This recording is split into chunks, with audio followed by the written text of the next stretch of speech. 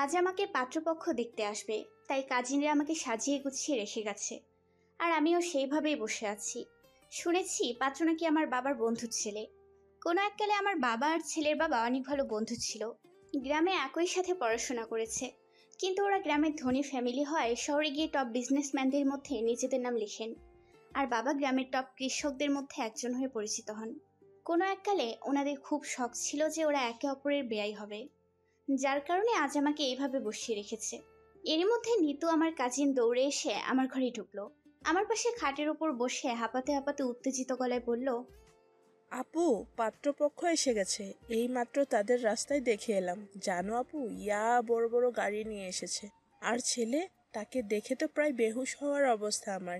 কি হ্যান্ডসাম গো! গ্রামের সবাই তো সেখানেই পাড়ি জমিয়েছে। বাবা আর চাচু তাদের আনতে গেছে। সবাই তোমার বরকে দেখতেই পাগল। এত ধনী কেউ আমাদের গ্রামে এসেছে, তাও আবার আমাদের বাড়িতে। এটা কি ভাবা যায়? আই এম সো এক্সাইটেড আপু। আমি এতক্ষণ হাঁ করে নিতুর কথাই শুনেছিলাম। এ মেয়ে পাগল হয়ে গেল নাকি? এমন করছে কেন? আর ওরা যদি এত ধনী আর হ্যান্ডসামই হয়, তবে ওরা আমাকে ওনাদের বাড়ির বউ করবে কেন? নিতুর কথা শুনে তো আমার মনে হলো নিশ্চিত আমাদের বাড়ির সবার মান সম্মান হারাতে হবে তাদের সামনে।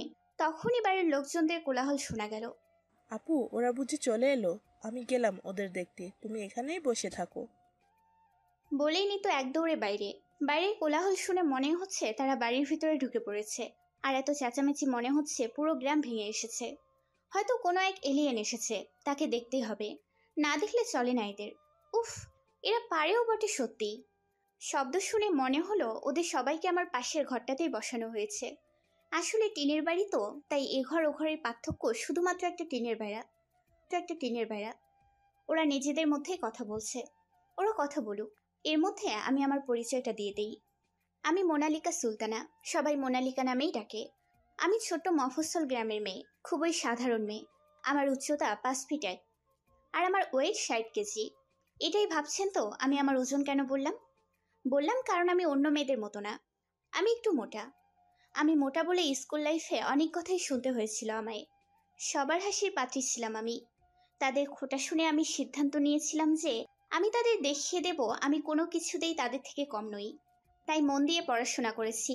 স্টাডি শেষ করার পর অনেক কষ্টে আমি একটা জব পাই ঢাকার এক বড় কোম্পানিতে। কোম্পানিটা অনেক ভালো, যার কারণে চাকরিটা হাতছাড়া হতে দিতে পারিনি। বাবা খুব স্বাধীন মনের মানুষ, তাই বাবাকে একটু জেদ দেখাতে উনি আমাকে গ্রাম ছেড়ে শহরে যাওয়ার পারমিশন দেন। ঢাকায় এক ফুপুর বাড়িতে থেকে আমি জবটা করছি। প্রায় 1 বছর ধরে জবটা করছি আমি। এই বছর আমাদের কোম্পানি বিজনেস অব দ্য ইয়ারে অ্যাওয়ার্ড পেয়েছে। খুবই ভালো ছিলাম। তারই মাঝেই বাবা আমাকে ফোন করে বাড়িতে আসতে বলে। এসে এখানে ফেসে গেছি। সাজিয়ে গুজিয়ে বসিয়ে দিয়েছে।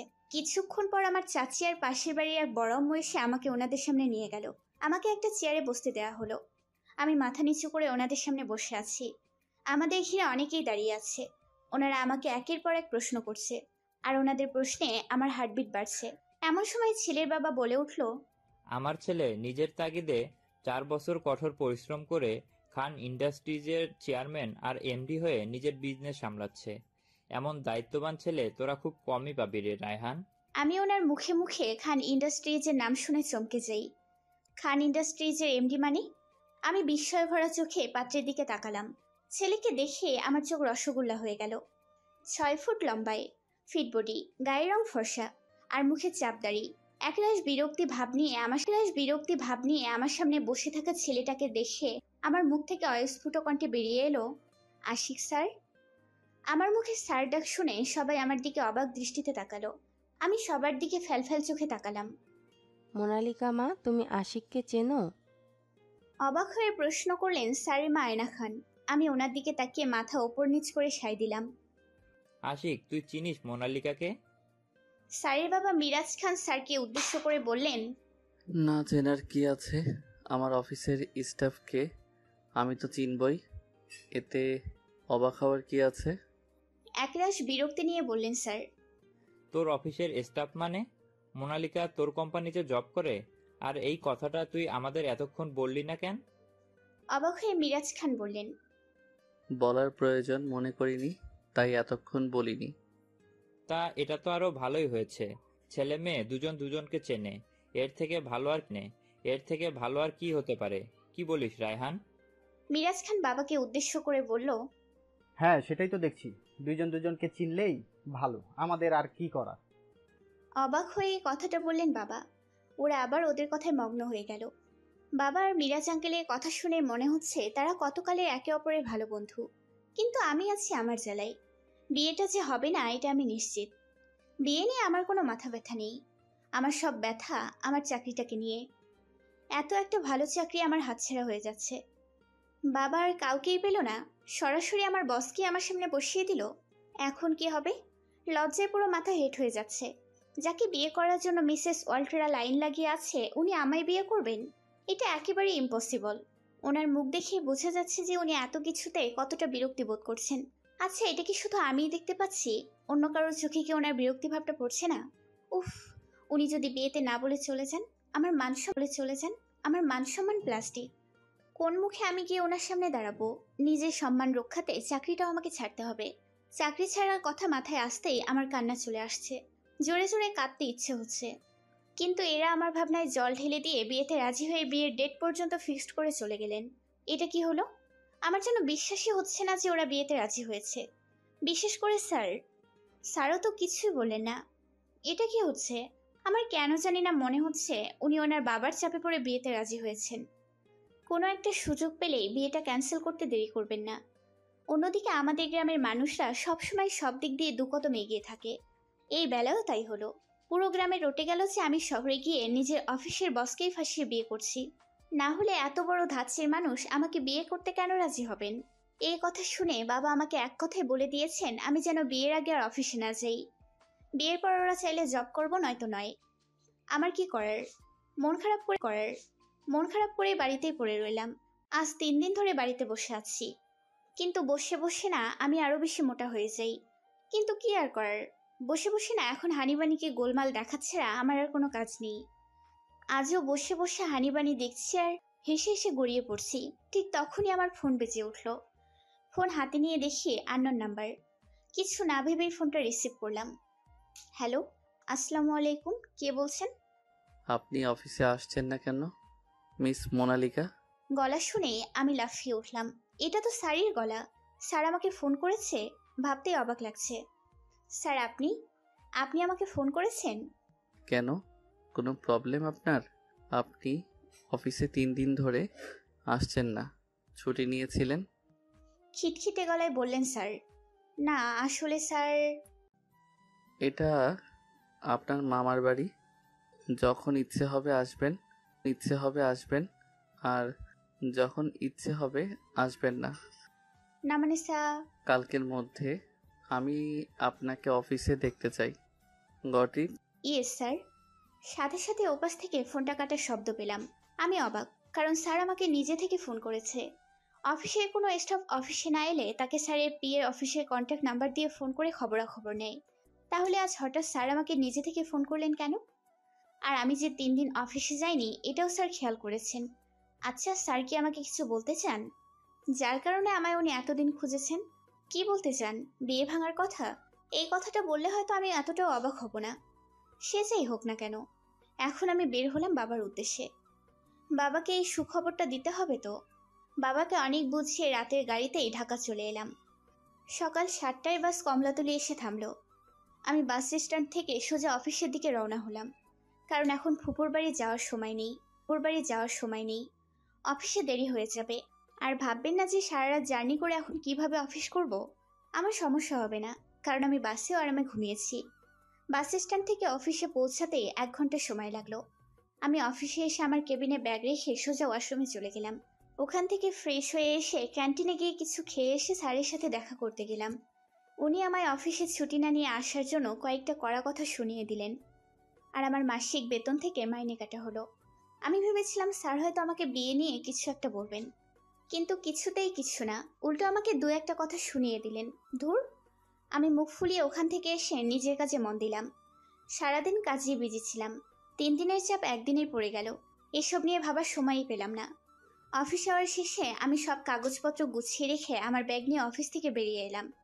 অফিস থেকে বেরোতেই দেখি স্যার গাড়িতে হেলান দিয়ে দাঁড়িয়ে আছেন। আমি ওনাকে উপেক্ষা করে চলে আসতে চাইলে উনি আমাকে পেছন থেকে ডাক দিলেন। ইস মোনালিকা। আমি পেছনে ঘুরে ওনার দিকে তাকিয়ে বললাম, কিছু বলবেন sir? Yes, come with me. বলেই গাড়ির দরজা খুলে দিল। আমি কিছুটা এগিয়ে গিয়ে বললাম, জি স্যার, কোথায় যাব? সেটা গেলেই দেখতে পাবেন। এখন চুপচাপ গাড়িতে বসুন। আমি আর কথা না বাড়িয়ে গাড়িতে উঠে বসলাম। উনি ড্রাইভিং সিটে বসে ড্রাইভ করতে শুরু করলেন। পুরো রাস্তা দুজনেই চুপচাপ ছিলাম। আমি ভাবছি উনি আমায় বিয়ে করবেন না বলে মেরে ফেলতে নিয়ে যাচ্ছেন না তো? সে যেখানেই যাক, তা তো গেলেই দেখা যাবে। উনি একটা ক্যাফের সামনে গাড়ি থামালেন। আমাকে নামিয়ে উনি গাড়ি পার্ক করলেন। তারপর আমাকে নিয়ে ভেতরে গিয়ে বসলেন। ওয়েটার আসলে দুটো কফির অর্ডার দিলেন। আমাকে একবার জিজ্ঞাসাও করলেন না আমি কি খাবো। আমি কফি খাই না। এটা এখন ওনাকে কিভাবে বলি? ওয়েটার কফি দিয়ে গেল। আমি কফি নিয়ে নাড়াচাড়া করছি। উনি কফিতে এক চুমুক দিয়ে বললেন, ইস মোনালিকা, আমি আপনাকে এখানে কিছু কথা বলার জন্য নিয়ে এসেছি বিয়ের ব্যাপারে। আপনি খুব অবাক হয়ে আছেন যে আমি কেন আপনাকে বিয়ে করতে রাজি হয়েছি। বিয়েটা আমি আমার ড্যাডের কথাতে করেছি। এটা শুনে আমি একদমই অবাক হলাম না। এটা হরই ছিল। আমি কোনো কথা না বলে ওনার কথা শুনতে লাগলাম। উনি আবার বললেন, ড্যাড কখনোই আমার কাছে কিছু চাইনি, সব সময় দিয়ে গেছেন। আমাদের ভালোর জন্য সারা জীবন পরিশ্রম করে গেছেন। এই প্রথমবার ড্যাড আমার কাছে কিছু চেয়েছে। আপনাকে আমাদের বাড়ির বউ হিসেবে দেখতে চেয়েছেন।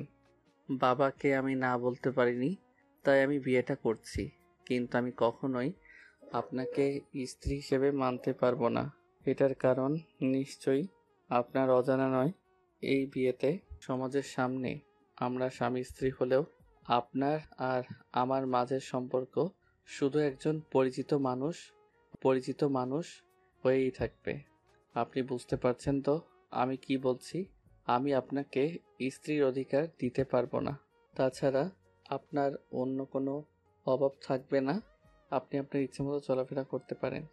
আপনি আপনার মতো আর আমি আমার মতো। কেউ কারো পার্সোনাল লাইফে ইন্টারফেয়ার করব না। আমি আমারটা আপনাকে বললাম। এরপরে আপনি কি করবেন এটা আপনার ডিসিশন। বলে উনি বসা থেকে উঠে দাঁড়ালেন। আবারও টেবিলে দু হাত রেখে একটু ঝুঁকে দাঁত কিরমিরিয়ে বললেন, আর আপনি যে ডিসিশনটাই নিন না কেন ভেবেচিন্তে নেবেন। বিকজ আমার ড্যাড আমার ড্যাড একজন হার্ট পেশেন্ট। আপনার ডিভিশনের কারণে ওনার কোনো ক্ষতি হলে আপনি ভাবতেও পারবেন না আমি আপনার সাথে কি করব। বলেই উনি আর এক মুহূর্ত দাঁড়ালেন না। আমি ওনার কথায় থ হয়ে গেছি। উনি বিয়েতে না বললেও আমি এতটা অবাক হতাম না যতটা অবাক এখন হলাম। এরকম ঘটনার জন্য একদমই প্রস্তুত ছিলাম না আমি। আমি এমন একটা সম্পর্কে কি করে যেখানে কোনো ভবিষ্যৎই নেই? না না, এটা হতে পারে না। আমি কোনো লগ্নের নায়িকা নই যে উনি যা বলবেন আমিও বোকার মতো তাই শুনবো। ওনার বাবা হার্ট পেশেন্ট, আমার বাবা তো নয়।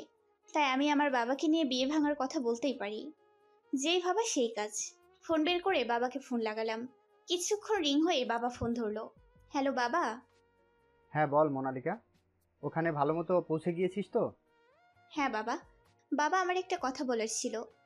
হ্যাঁ বল না, কি বলবি? বাবা, আমি এই বিয়েটা করতে পারবো না। কি বলছিস তুই মোনালিকা? তোর মাথা ঠিক আছে? হ্যাঁ বাবা, আমি যা বলছি ঠিক বলছি। এই বিয়ে আমি করতে পারবো না। কিন্তু কেন? আশিক বাবা তোকে কিছু বলেছে? না বাবা, উনি আমায় কিচ্ছু বলেননি। এই ডিসিশনটা আমার। একবার ভাবো বাবা, ওনারা কত হাই সোসাইটিতে বিলং করে। কত বড় বড় মানুষের সাথে ওনাদের বসা ওঠা। আর আমরা সামান্য গ্রামের লোক বাবা। আমরা ওনাদের সামনে দাঁড়ালে আমাদের প্রতি মুহূর্তে মনে পড়বে যে আমরা কতটা গরিব। ওনাদের সাথে আমাদের যায় না বাবা। বিয়ে সমানে সমানে হয়, উঁচু নিচুতে নয় বাবা। মোনালিকা, তুই যা বলছিস ভেবে বলছিস তো? একবার ভাব মা, তোর বিয়ের দিন তারিখ ঠিক হয়ে গেছে। কিছুদিন পর তোর বিয়ে। গ্রামের সবাই এই কথা জানে। এখন যদি তুই বিয়ে ভাঙতে বলিস, তাহলে আমার মান সম্মানের কি হবে? আমি মানুষকে মুখ দেখাবো কি করে? তুই তো জানিস এখানকার মানুষ কেমন, একটা ছেড়ে আরেকটা বলে। আচ্ছা, তুই ওদের কথা ছাড়। তোর মিরাজ আঙ্কেল, ওর কি হবে? আমি ওকে কথা দিয়েছি, আমি ওর সামনে দাঁড়াবো কি করে? আমাদের বন্ধুত্বেও দাগ লেগে যাবে মোনালিকা। আর আমি যতদূর মিরাজকে চিনি, ও কখনোই ওপর নিচ বাছাই করে না। করলে নিজে থেকে তোকে বাড়ির বউ বানানোর জন্য আমাকে বলতো না। মোনালিকা, এখনো সময় আছে। ভাব, আমায় আছে। ভাব। আমার মান সম্মান এভাবে ধুলোয় মিশিয়ে দিস না। বাবা, আমি তোমাকে একটু পর ফোন করছি বলেই ফোনটা কেটে দিলাম। এটা কি করেছিলাম আমি? আমি এটা কেন ভাবিনি যে এই বিয়েটার সাথে আমার মা বাবার সম্মানও জড়িয়ে আছে। এই বিয়েটা ভাঙলে যে আমার বাবার এত বছরের বন্ধুত্বটাও ভেঙে যাবে। স্যার যদি ওনার বাবার জন্য আমার মতো একটা মেয়েকে বিয়ে করতে রাজি হতে পারে, তবে আমি কেন পারবো না? ভাগ্য আমাকে যেদিকে নিয়ে যাবে আমাকেও সেদিকেই যেতে হবে। সব ভাগ্যের ওপর ছেড়ে দিয়ে ব্যাগ কাঁধে নিয়ে ক্যাফে থেকে বেরিয়ে এলাম। পরের দিন ফোন করে বাবাকে বিয়ের আয়োজন করতে বললাম। এইভাবেই দিন কাটতে লাগলো আমার। আজ আমার বিয়ে। স্যারের বাড়ি থেকে আমার সাজগোজের সব জিনিস পাঠানো হয়েছে। এগুলো দিয়ে আমাকে সাজানো হলো। আমি এমনিই তো একটু মোটা, তার উপর এরকম ওজনের লেহেঙ্গা আর ভারী গহনা পরে আমি তো কাহিল। না পারছি কিছু বলতে, না পারছি সইতে। রাত 8টায় স্যারেরা এলেন। বরযাত্রীতে শুধু আঙ্কেল, আন্টি, স্যার আর ওনার ছোট ভাই রেহান এসেছে। ওনারা কিছুক্ষণ গল্প করে খাওয়া দাওয়া করে নিল। এখন আমার বিয়ে পড়ানো হচ্ছে।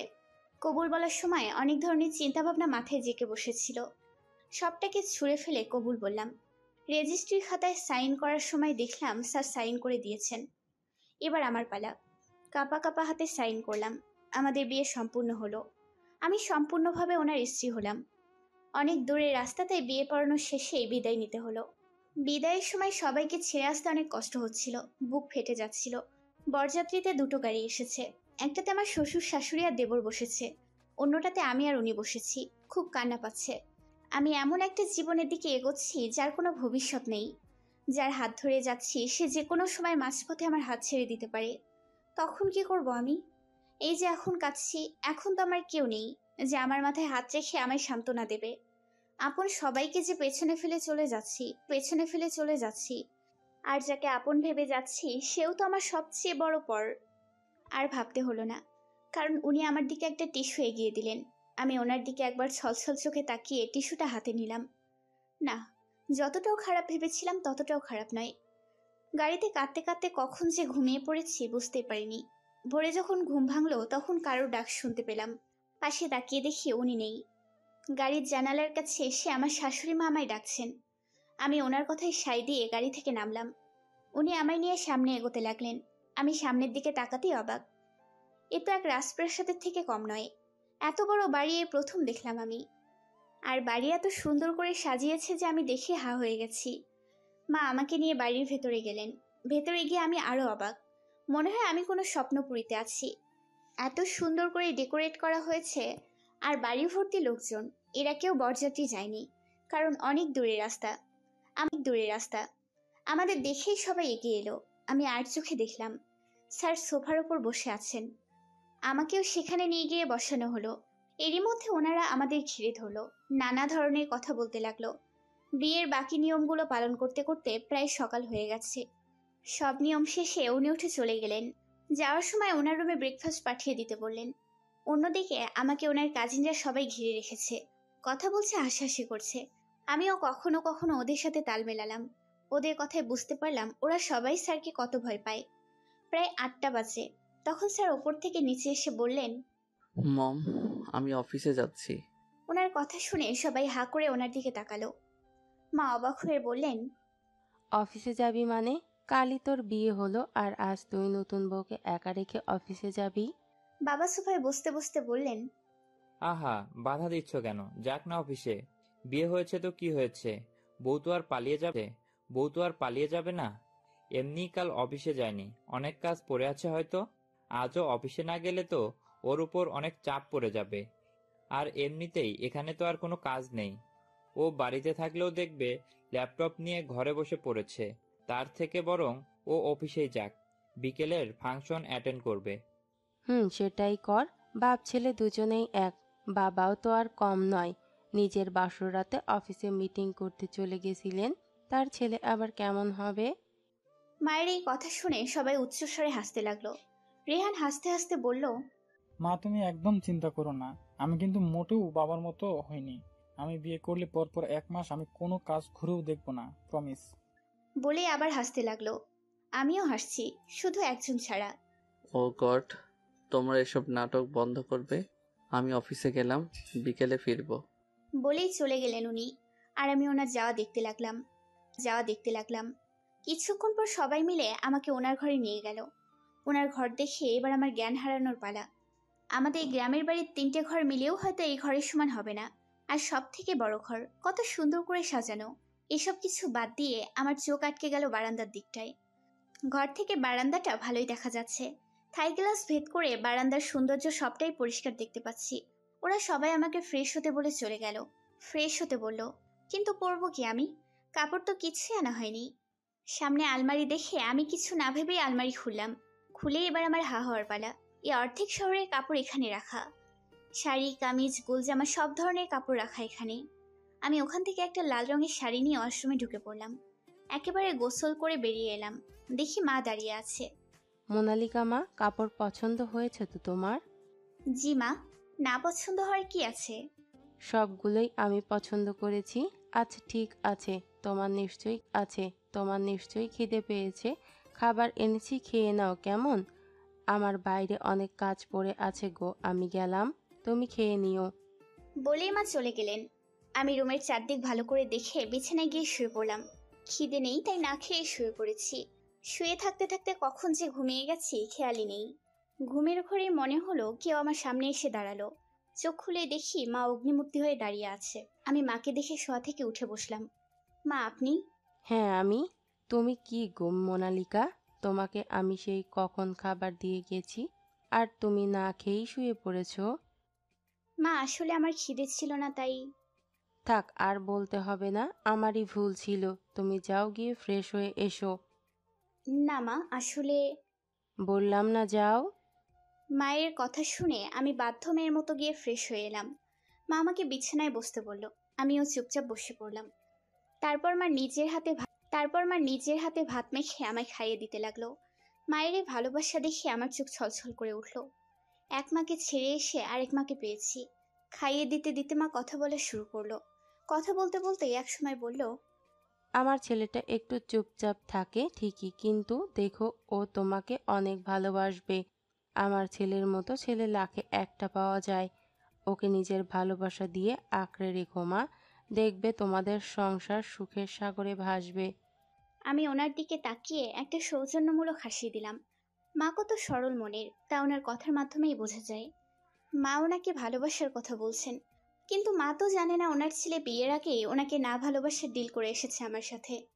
মা আমাকে খাইয়ে দিয়ে কিছুক্ষণ কথা বলে চলে গেলেন। বিকেলে বউ ভাতের রিসেপশন করা হলো। উনিও ঠিক সময় মতো এসে অনুষ্ঠানে যোগ দিলেন। আমাকে সাজিয়ে গুজিয়ে স্টেজের উপর ওনার পাশে বসানো হলো। সবাই আমাদের সাথে দেখা করে একটা সেলফি নিয়ে চলে যাচ্ছে। বাবাও এসেছিল, কিছুক্ষণ থেকেই চলে গেছেন। বিয়ের পরদিন বাবার বাড়ি যাওয়ার নিয়ম থাকলেও সেই নিয়ম পালন করা হলো না। সবাই সবার মতো কথা বলছে। গেস্টরা এদিক সেদিক যা কথা বলছে তার মধ্যে আমাকে নিয়ে ওদের তাচ্ছিলের হাসিটাই আমি বেশি শুনতে পাচ্ছি। এরকম বড় বাড়িতে আমার মতো মেয়ে বউ হয়ে এলে এরকম কথা সইতেই হবে। রাতে রিসেপশন শেষে আমাকে ওনার ঘরে নিয়ে আসা হলো। ঘরটা বাসর ঘরের মতো সাজানো হয়েছে, কিন্তু কিছুক্ষণ আগেও এই ডেকোরেটরটা ছিল না। আমাকে বেডের ওপর বসিয়ে রেখে সবাই চলে গেল। আমি ওনার আসার জন্য অপেক্ষা করলাম না, কারণ আমি জানি উনি আমার জন্য এই ঘরে আসবে না। তাই আমি কাবার থেকে একটা শাড়ি বের করে ওয়াশরুমে চলে গেলাম। ড্রেস চেঞ্জ করে এসে আমি বারান্দায় গেলাম। এই জায়গাটা সত্যিই খুব সুন্দর। থাই গ্লাস দিয়ে সবুজ পাতাগুলো বেয়ে নিচে নেমেছে। টবের মধ্যেও বিভিন্ন ধরনের ফুল রাখা, হয়তো নিয়মিত কেউ এগুলোর দেখভাল করে। আমি বারান্দার রেলিং ধরে দাঁড়ালাম। বাইরের শহরটাকে দেখতে লাগলাম। এই সম্পর্কটা কতদিনই বা টিকবে? একদিন না একদিন নিশ্চয়ই উনি আমার উপর বিরক্ত হয়ে যাবেন, আর আমাদের এই সম্পর্ক থেকে মুক্তি পেতে চাইবেন। তখন আমার কি হবে? আমি কোথায় যাব? আমার সাথেই কেন এমনটা হতে হলো? এই কোলাহলপূর্ণ শহর একসময় নিস্তব্ধ হয়ে যাবে। আচ্ছা, আমার জীবনটাও কি এই শহরের মতো একসময় নিস্তব্ধ হয়ে যাবে? কি জানি কি হবে। তবে যেটা হবে সে ভবিষ্যতে দেখা যাবে। এখন ওসব নিয়ে না ভাবলেও চলবে। আমি একটা দীর্ঘশ্বাস ফেলে বারান্দা থেকে রুমে এলাম। দেখি উনি ওয়াশরুম থেকে একটা ট্রাউজার আর একটা টি শার্ট পরে বের হচ্ছেন। আমাকে দেখে বললেন, আজকের দিনটা এখানেই অ্যাডজাস্ট করে নিন, কাল থেকে আর অসুবিধা হবে না। কাল মম ড্যাড চলে গেলে আপনি অন্য রুমে শিফট হতে পারবেন। ওনার কথা শুনে আমি শুধু মাথা নাড়লাম, আর কিছু বললাম না। শুনেছি মা বাবা নাকি এখানে থাকেন না, সিলেটে বাবার নিজস্ব বিজনেস থাকায় তারা ওখানেই থাকেন। বাবা অসুস্থ তাই মা ওনাকে একা ছাড়েন না। উনি আবার বললেন, আপনি বেড আপনি বেডে শুয়ে পড়ুন, আমি সোফায় শুয়ে পড়ছি। আমার একটা কথা বলার ছিল আপনাকে। কি কথা? ব্রুকুচকে বললেন উনি। আসলে আমি জবটা কন্টিনিউ করতে চাই, যদি আপনি পারমিশন দেন তো। এতে আমার পারমিশন নেওয়ার কি আছে? এটা আপনার লাইফ, আপনার ডিসিশন। তবে হ্যাঁ, অফিসের আমাদের বিয়ের ব্যাপারে জানতে না পারে। আমি চাই আমার পার্সোনাল লাইফের কারণে আমার প্রফেশনাল লাইফ নষ্ট হোক। ওনার কথা আমার বুকে সুই হয়ে বিঁধল। এমন কপাল আমার, নিজের স্বামীকেও স্বামী পরিচয় দেওয়ার অধিকার নেই। কি আর করার, আমি চুপচাপ গিয়ে শুয়ে পড়লাম। উনিও কম্বল মুড়ি দিয়ে সোফায় শুয়ে পড়লেন। সারা রাত এপাশ ওপাশ করেছি, কিছুতেই ঘুম আসছিল না। বিভিন্ন ধরনের চিন্তা মাথায় ভর করেছিল। অনেক কষ্টে শেষ রাতে একটু ঘুম পেল, কিন্তু আজানের শব্দে ঘুম ভেঙে গেল। আমি উঠে ফ্রেশ হয়ে এসে কাবার থেকে জায়নামাজ খুঁজে নামাজ পড়লাম। নামাজ পড়ে আবার গিয়ে শুয়ে পড়লাম। কিছুক্ষণ পর টের পেলাম উনি উঠে ওয়াশরুমে গেলেন। ওখান থেকে বেরিয়ে রুম থেকে বেরিয়ে গেলেন। এত সকাল সকাল কোথায় গেলেন? আমিও আর দেরি না করে নিচে নেমে এলাম। দেখি মা রান্নাঘরে ব্রেকফাস্ট তৈরি করছেন। আমি গিয়ে মাকে সাহায্য করতে লাগলাম। মা বাধা দিলেও আমি জোর করেই মাকে সাহায্য করলাম। মা আর আমার অনেক গল্প করাও হলো। ব্রেকফাস্ট তৈরি, আমরা সব ডাইনিং টেবিলে গুছিয়ে রেখে গল্প করতে লাগলাম।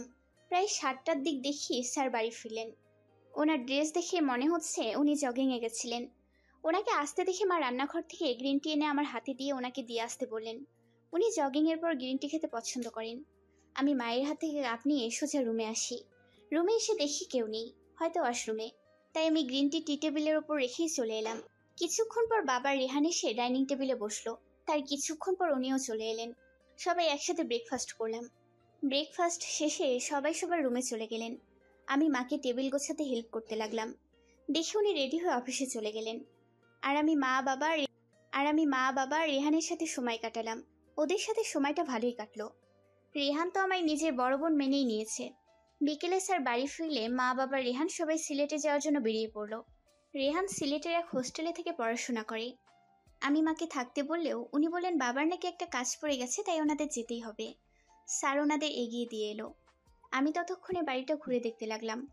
আসার পর থেকে বাড়িটা ভালো করে দেখাই হয়নি। এত বড় বাড়িতে এখন স্যার আর আমি একা থাকবো, আর কিছু সার্ভেন্ট। ভাবতেই কেমন ভয় লাগছে। স্যার যদি আমাকে মেরে ফেলে এই বাড়িতে পুঁতে দেয় তখন কি হবে? এসব ভাবতে ভাবতেই স্যার চলে এলেন। আমাকে আমার জিনিসপত্র নিয়ে অন্য ঘরে যেতে বললেন, আর কাল থেকে অফিস জয়েন করতে বললেন। আমি আমার সব জিনিসপত্র নিয়ে ওনার পাশের রুমটায় চলে এলাম। পরের দিন অফিসেও গেলাম। অফিসে উনি আমার সাথে এমন বিহেভ করে যেন অফিসের বাইরে ওনার সাথে আমার কোনো সম্পর্কই নেই। এভাবেই সময় কাটতে লাগলো। সময় দিনে দিন সপ্তাহে, আর সপ্তাহ মাসে পরিণত হলো। আজ 6 মাস আমাদের বিয়ের। আজ পর্যন্ত আমাদের সম্পর্কে কোনো উন্নতি হয়নি। কোনো প্রয়োজন ছাড়া আমরা একে অপরের সাথে কথা বলি না। উনি ওনার মতো তো আমি আমার মতো চলি। এখন ওনার থেকে আমার কোনো এক্সপেকটেশনও নেই। এখনো অফিসে কেউ জানে না আমাদের বিয়ের ব্যাপারে, শুধু জানে আমি বিবাহিতা, আর স্যারও বিবাহিতা।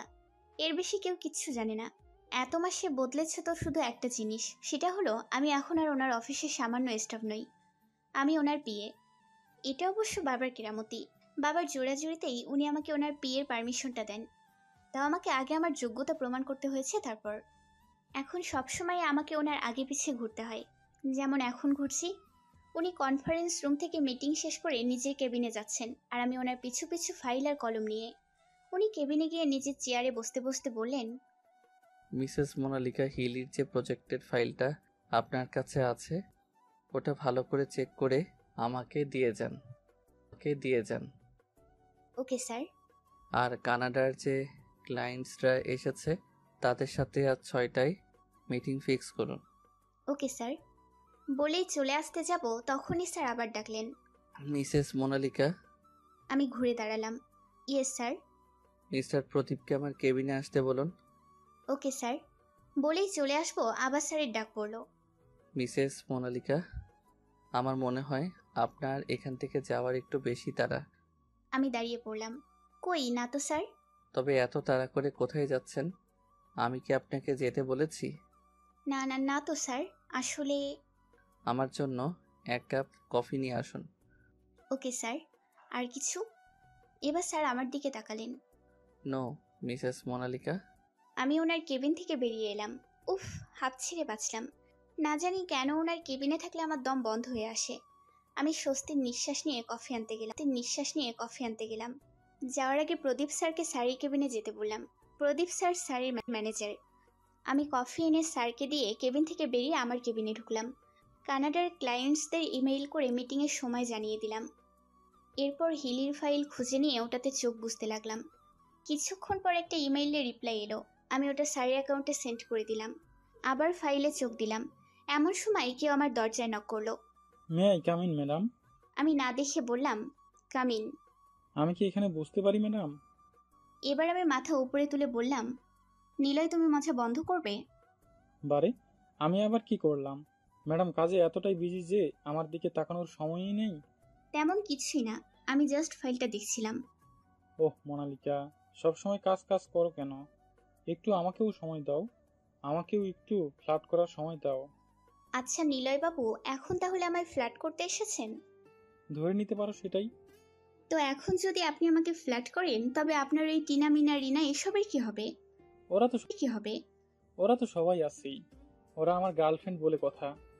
বলেই হাসতে লাগলো নিলয়। আমি ওর সাথে তাল মিলিয়ে হাসতে লাগলাম। ঠিক তখনই আমার টেবিলে থাকা কন্ট্যাক্ট ফোন বেজে উঠল। দেখো হয়তো আশিক স্যার ফোন করেছে। নিলয় ভুরু উঁচিয়ে বলল। আমি ওর কথায় মুচকি এসে ফোন ধরলাম। Hello, Monalika speaking. এক্ষুনি আমার কেবিনে আসুন। বলে আমাকে কিছু বলার সুযোগ না দিয়ে ফোন কেটে দিল। আমি নিলয়ের দিকে তাকালাম।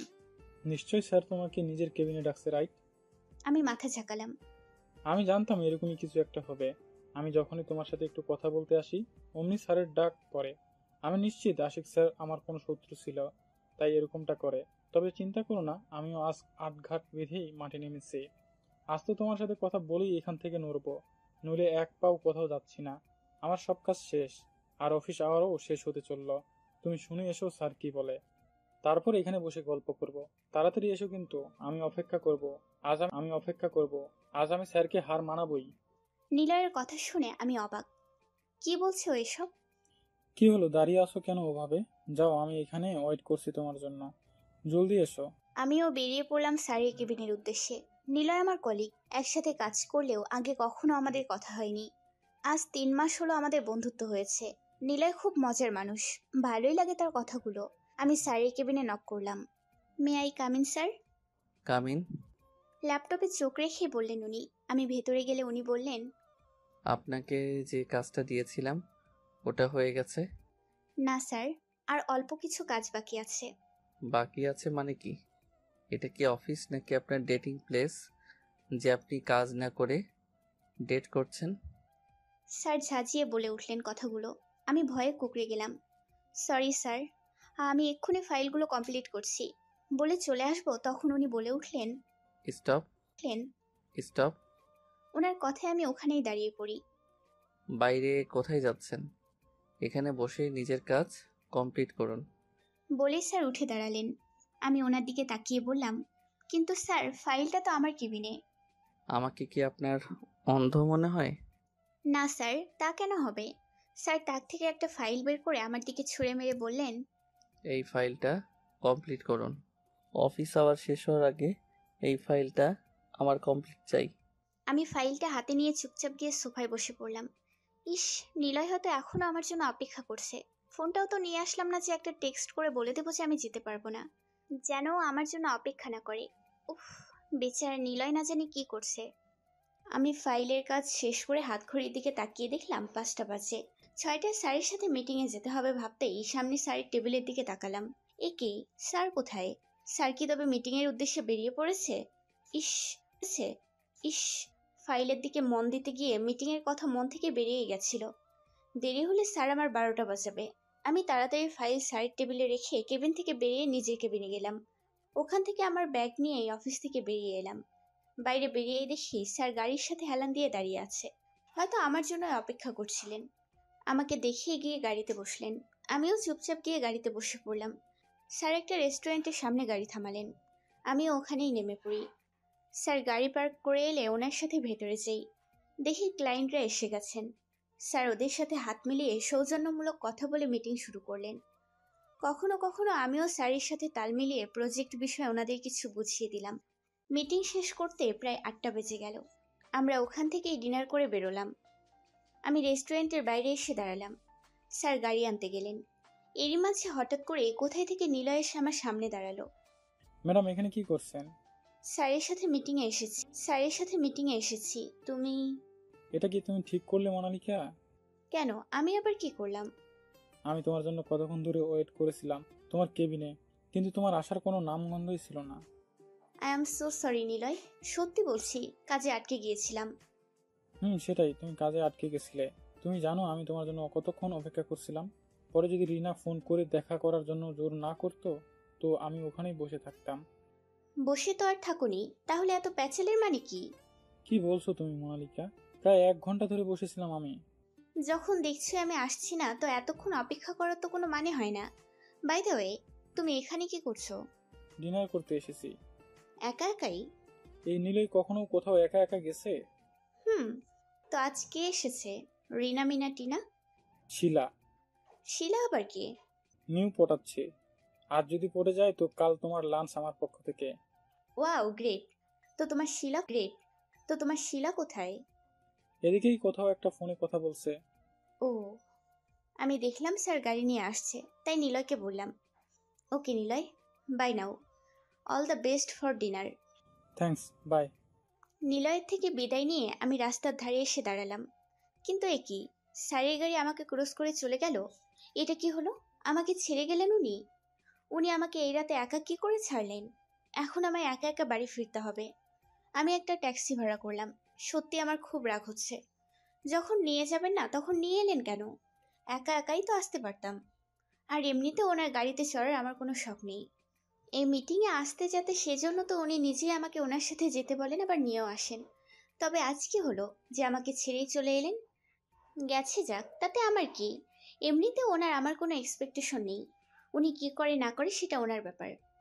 আমার কোনো ইন্টারেস্ট নেই ওনার বিষয়ে মাথা ঘামানোর। হুম। বাড়ি পৌঁছে আমি গাড়ি ভাড়া মিটিয়ে সোজা নিজের রুমে চলে এলাম। ফ্রেশ হয়ে নিচে এসে টিভি দেখতে বসলাম। আর আমার টিভি দেখা মানে হানিবানি। হানিবানি দেখতে দেখতে মনটা বেশ ফুরফুরে হয়ে গেল। এমন সময় মনে হলো কেউ আমায় দেখছে। আমি সিঁড়ির উপরে তাকালাম। কই, কেউই তো নেই। আমি আর দেরি না করে টিভি অফ করে দিয়ে ওপরে চলে এলাম। সকালে উঠে ব্রেকফাস্ট বানাচ্ছি, তখন দেখি উনি জগিং করে ফিরলেন। আমি ওনার রুমে গিয়ে গ্রিন টি দিয়ে এলাম। উনি ওয়াশরুমে। আমি নিচে নেমে ব্রেকফাস্ট করে ওনার জন্য ডাইনিং টেবিলে খাবার সাজিয়ে রেখে রেডি হয়ে অফিসের জন্য বেরিয়ে পড়লাম। আমি ওনার পিএ হওয়ার কারণে ওনার আগে আমায় অফিসে পৌঁছাতে হয়। আমি অফিসে এসে ওনার কেবিনের সবকিছু ঠিক করে গিয়ে নিজের কেবিনে বসে কাজ করতে শুরু করলাম। কিছুক্ষণ পর স্যার এলে আমি ওনার কেবিনে গিয়ে ওনার সাথে কাজ করতে লাগলাম। স্যারের কাজ শেষ হলে আমি আবার কেবিনে চলে আসি। কিছুক্ষণ পর নিলয় আমার কেবিনে আসে। মোনালিকা, আজ আমার পক্ষ থেকে লাঞ্চের ট্রিট রইলো, ওকে? কেন, শিলা পটে গেছে নাকি? ল্যাপটপের দিকে তাকিয়েই বললাম। কাল ডিনারেই কাজ হয়ে গেছে, সেটার জন্যই ট্রিট। আজ কিন্তু একসাথে লাঞ্চ করবো, ওকে? ওকে ডান। নিলয় চলে গেল। আমি আমার কাজে মন দিলাম।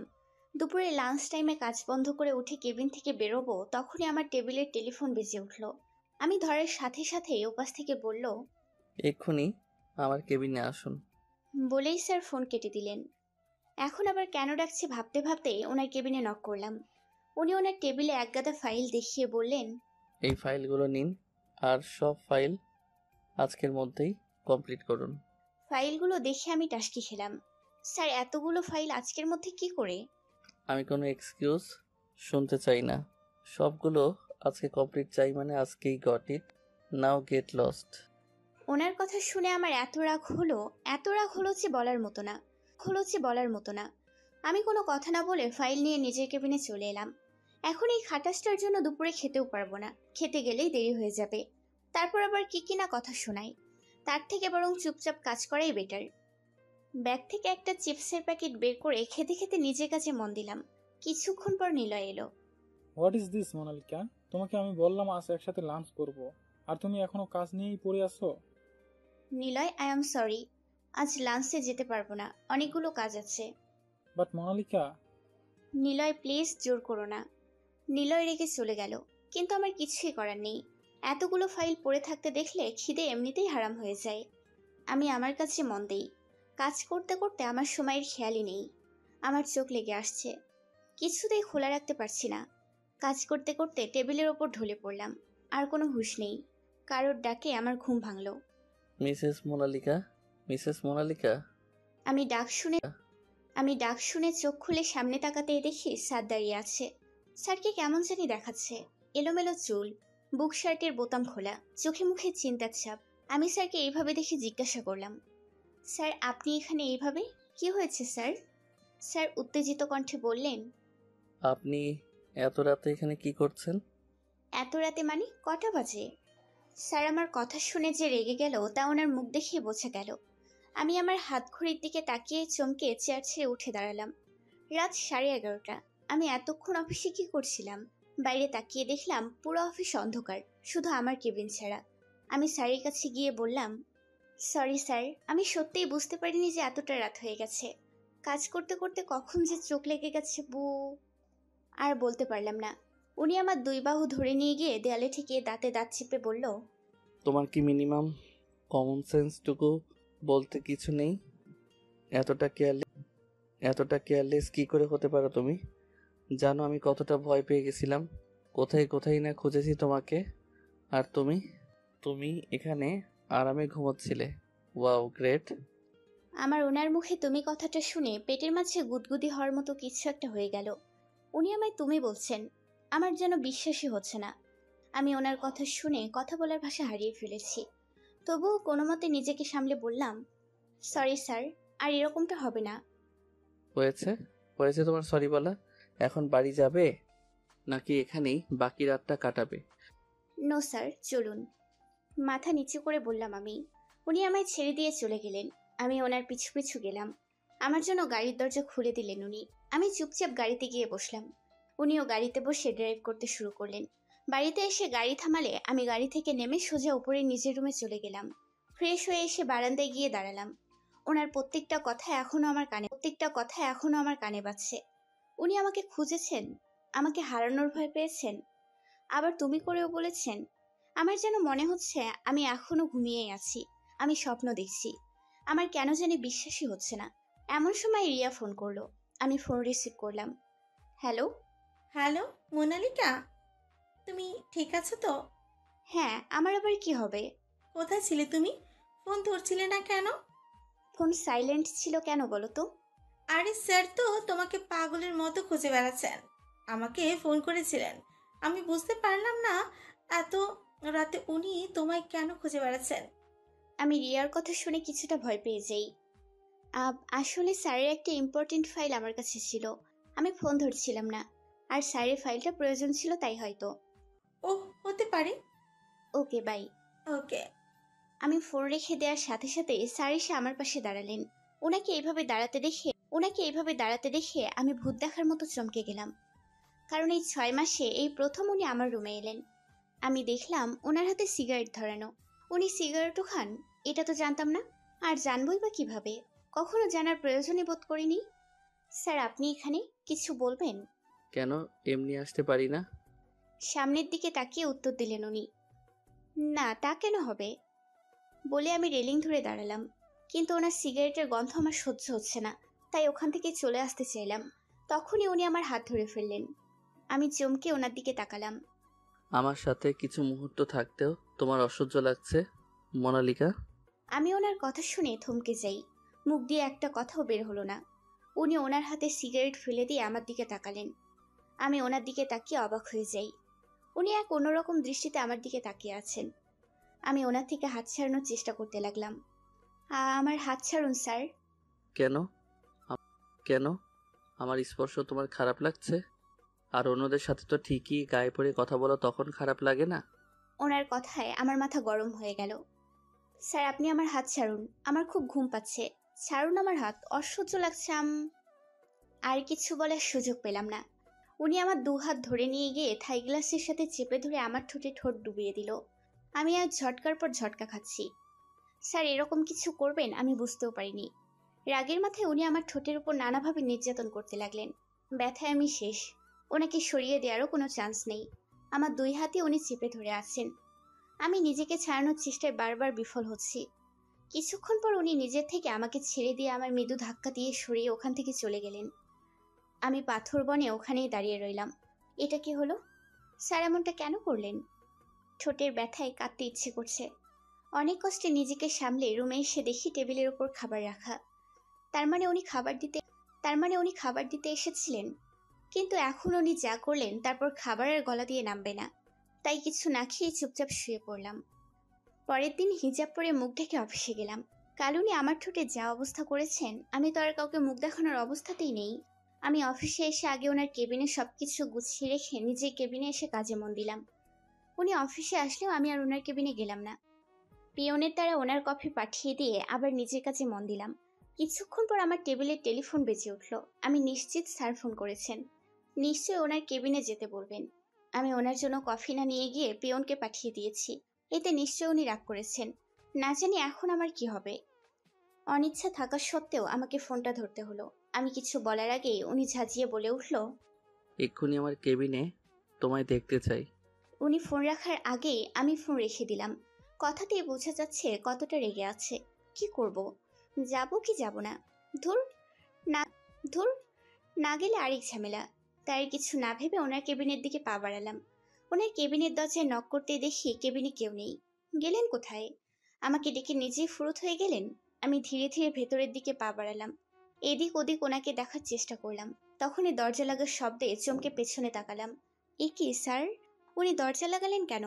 এবার ভয়ে আমার আত্মা উড়ে কোন দিকে পালাবে সেই রাস্তায় খুঁজছে। উনি আমার দিকে এগোতে এগোতে দাঁত কিরমির করে বললেন, কফি নিজে না নিয়ে এসে রহিমকে দিয়ে কেন পাঠিয়েছিলে? আমি ভয়ে পিছাতে লাগলাম। ইয়ে। What nonsense! ইয়ে করছো কেন? যেটা প্রশ্ন করলাম সেটার উত্তর দাও। মানে স্যার, আমার কাজ ছিল তাই রহিম চাচাকে দিয়ে পাঠিয়েছিলাম। আমাকে কাজ দেখাতে এসো না। আমি খুব ভালো করেই জানি তুমি কাজের জন্য নয়, অন্য কারণে আসোনি। সেই অন্য কারণটা কি? আমাকে ইগনোর করা? আমি ওনার কথা শুনে থমেরে যাই। আমার বুঝতে বাকি রইল না এখানে আর বেশিক্ষণ থাকলে আমার মরণ নিশ্চিত। তাই আমি পিছানো বাদ দিয়ে স্যারের পাশ কাটিয়ে দরজার কাছে যেতে যেতে বললাম, দরজা কেন লাগিয়ে দিয়েছেন? আমি আমার কেবিনে যাব, আমার অনেক কাজ আছে। বলে যেই দরজা খুলতে যাব অমনি উনি আমার হাত ধরে আমাকে দেয়ালের সাথে চেপে ধরলো। আমি আহ বলে কুকড়ে উঠলাম। আমি বললাম না আমাকে কাজ দেখাতে এসো না? হিজাব কেন পরে এসেছো আজ? এমনি আমার ইচ্ছে হয়েছে তাই পড়েছি। আপনি ছাড়ুন আমাকে, আমার হাতে লাগছে।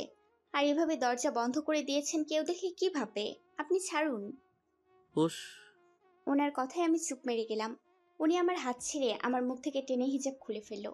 আমি অবাক হয়ে ওনার কাজ দেখছি।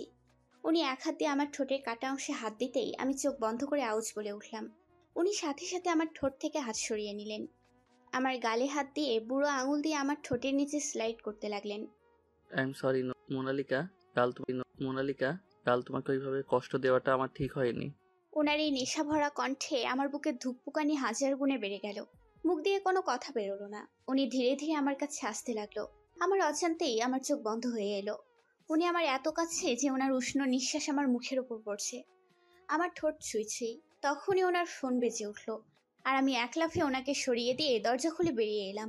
একবারের জন্য ওনার দিকে তাকালাম না। হয়তো উনি হতবাক হয়ে আমার দিকে তাকিয়ে আছেন। হিজাব দিয়ে মুখ ঢাকতে ঢাকতে দ্রুত গতিতে নিজের কেবিনের দিকে যাচ্ছিলাম। ঠিক তখনই প্লাজো পায়ের মধ্যে আটকে আমি অফিসের সবার সামনে হুমড়ি খেয়ে পড়লাম। হাতে পায়ে যতটুকু লেগেছিল তার থেকে বেশি লজ্জায় মাথা কাটা যাচ্ছিল। সবাই আমার দিকে তাকিয়ে আছে। রিয়া আপু দৌড়ে এসে আমাকে ধরলো। আমি হাতে প্রচন্ড রকমের ব্যথা পেয়েছি। ব্যথায় লজ্জায় কেঁদে ফেলার ইচ্ছে হচ্ছিল। তখনই কানে এলো চাপা হাসির শব্দ। কেউ কেউ আমার পড়ে যাওয়া নিয়ে তামাশা করছে। ঠিক তখনই নিলয় আমার কাছে দৌড়ে এলো। মোনালিকা, তুমি ঠিক আছো তো? আমি মাথা ঝাঁকিয়ে হুঁ বললাম। চোখ দিয়ে অঝরে পানি পড়ছে, কিন্তু আমার চোখের পানি হয়তো ওদের কারো চোখেই গেল না। তাই মায়া নিজের কেবিন থেকেই বলে উঠল, মোনালিকা, দেখে চলবে তো, আর একটু হলেই তো ফ্লোরটা ভেঙে যেত। বলেই তাচ্ছিল্যের সুরে হেসে উঠল। মায়ের কথায় তাল মিলিয়ে দিশা বলল, মোনালিকা, আমার মনে হয় তোমার ডাইটিং করা উচিত। না হলে তুমি যে হিসাবে ফুলছো, এবার তো মনে হয় অফিসের দরজা কাটানো দরকার পড়বে তোমাকে ভেতরে ঢোকানোর জন্য। বলে ওরা উচ্চস্বরে হেসে উঠল।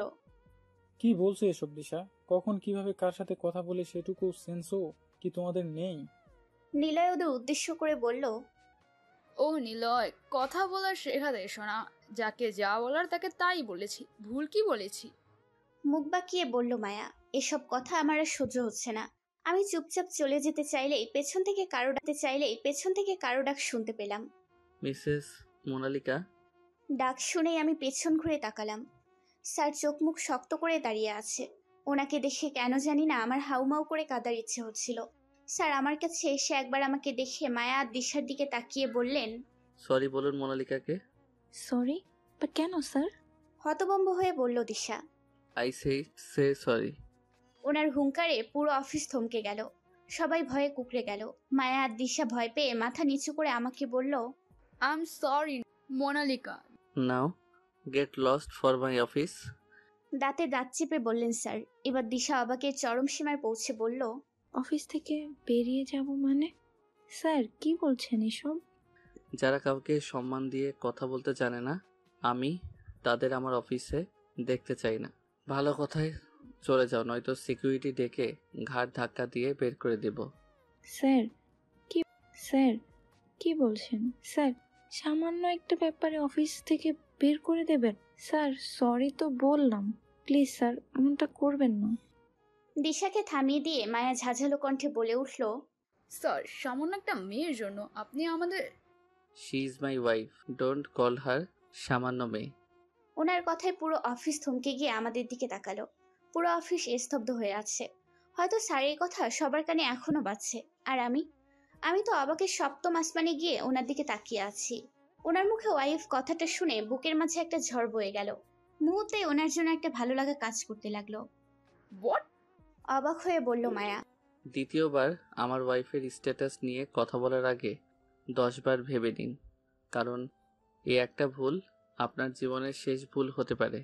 ভালোই ভালোই বলছি, বেরিয়ে যান আমার অফিস থেকে। স্যারের হুমকি শুনে মায়া আর দিশা অফিস থেকে বেরিয়ে যেতে বাধ্য হলো। স্যার এবার সবার দিকে তাকিয়ে বলল, আপনারা কি সার্কাস দেখছেন এখানে? চুপচাপ নিজেদের কাজে মন দিন। বলেই রিয়ার হাত থেকে আমার হাত সরিয়ে নিয়ে ওনার কেবিনের দিকে নিয়ে যেতে লাগলো আমায়। আর আমি অবাক হয়ে শুধু ওনাকেই দেখছি। উনি আমার হাত ধরে নিজের কেবিনে নিয়ে গিয়ে চেয়ারের উপর বসালো। তারপর ড্রয়ার থেকে ফার্স্ট এইড বক্স এনে আমার সামনে হাঁটু করে বসে পড়লো। আমার হাত এক হাতে টেনে নিয়ে হাতের গোড়াতে বাম লাগিয়ে দিতে লাগলো। আমি ব্যথায় কুঁকড়ে উঠলাম। উনি তখন থেকেই চুপ করে আছেন দেখে আমি প্রথম কথা বললাম, ওরা তো সামান্য আমাকে কটা কথাই বলেছে, তাই বলে ওদের অফিস থেকে বের করে দিলেন আপনি? এরকম তো অনেকেই আমায় এসব কথা বলে। আমি এসব শুনতে শুনতে অভ্যস্ত। উনি হাতে মেসেজ করতে করতে বললেন, ওরা তোমার সাথে যা করেছে এটা তোমার কাছে সামান্য হলেও আমার কাছে নয়। তোমার কোনো কষ্টই আমার কাছে সামান্য নয়। ওরা এই অফিসে থাকলে বারবার আমার সামনে ঘুরঘুর করতো, আর আমার তোমার কান্নাজড়িত মুখটা মনে পড়তো, যেটা আমার পক্ষে সহ্য করা সম্ভব নয়। তাই ওদের বের করতে হয়েছে আমায়। আর কেউ তোমাকে কথা শোনালে তার পাল্টা জবাব দিতে শেখো, নিজের হয়ে লড়তে শেখো। তুমি ঠিকই ভাবো, আর পাস্ট টাইমের মতো তুমি নও, কারণ যেমনটা তুমি তেমনটা অন্য কেউ নয়।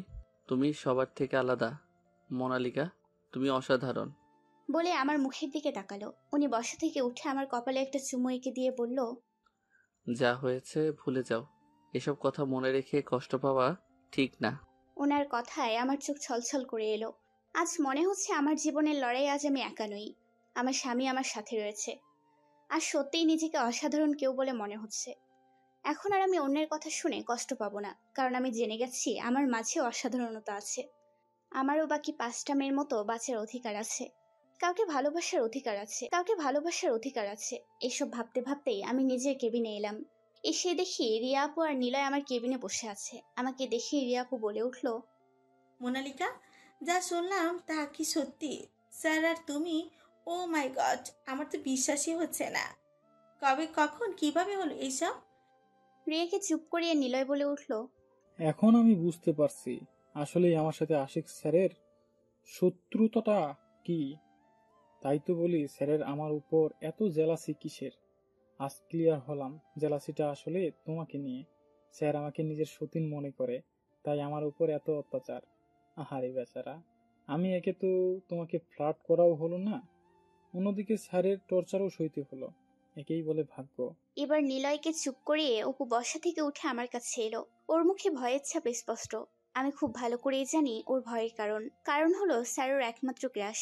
ও আমার কাছে এসে বলতে লাগলো, মোনালিকা, তুমি কিছু মনে করনি তো?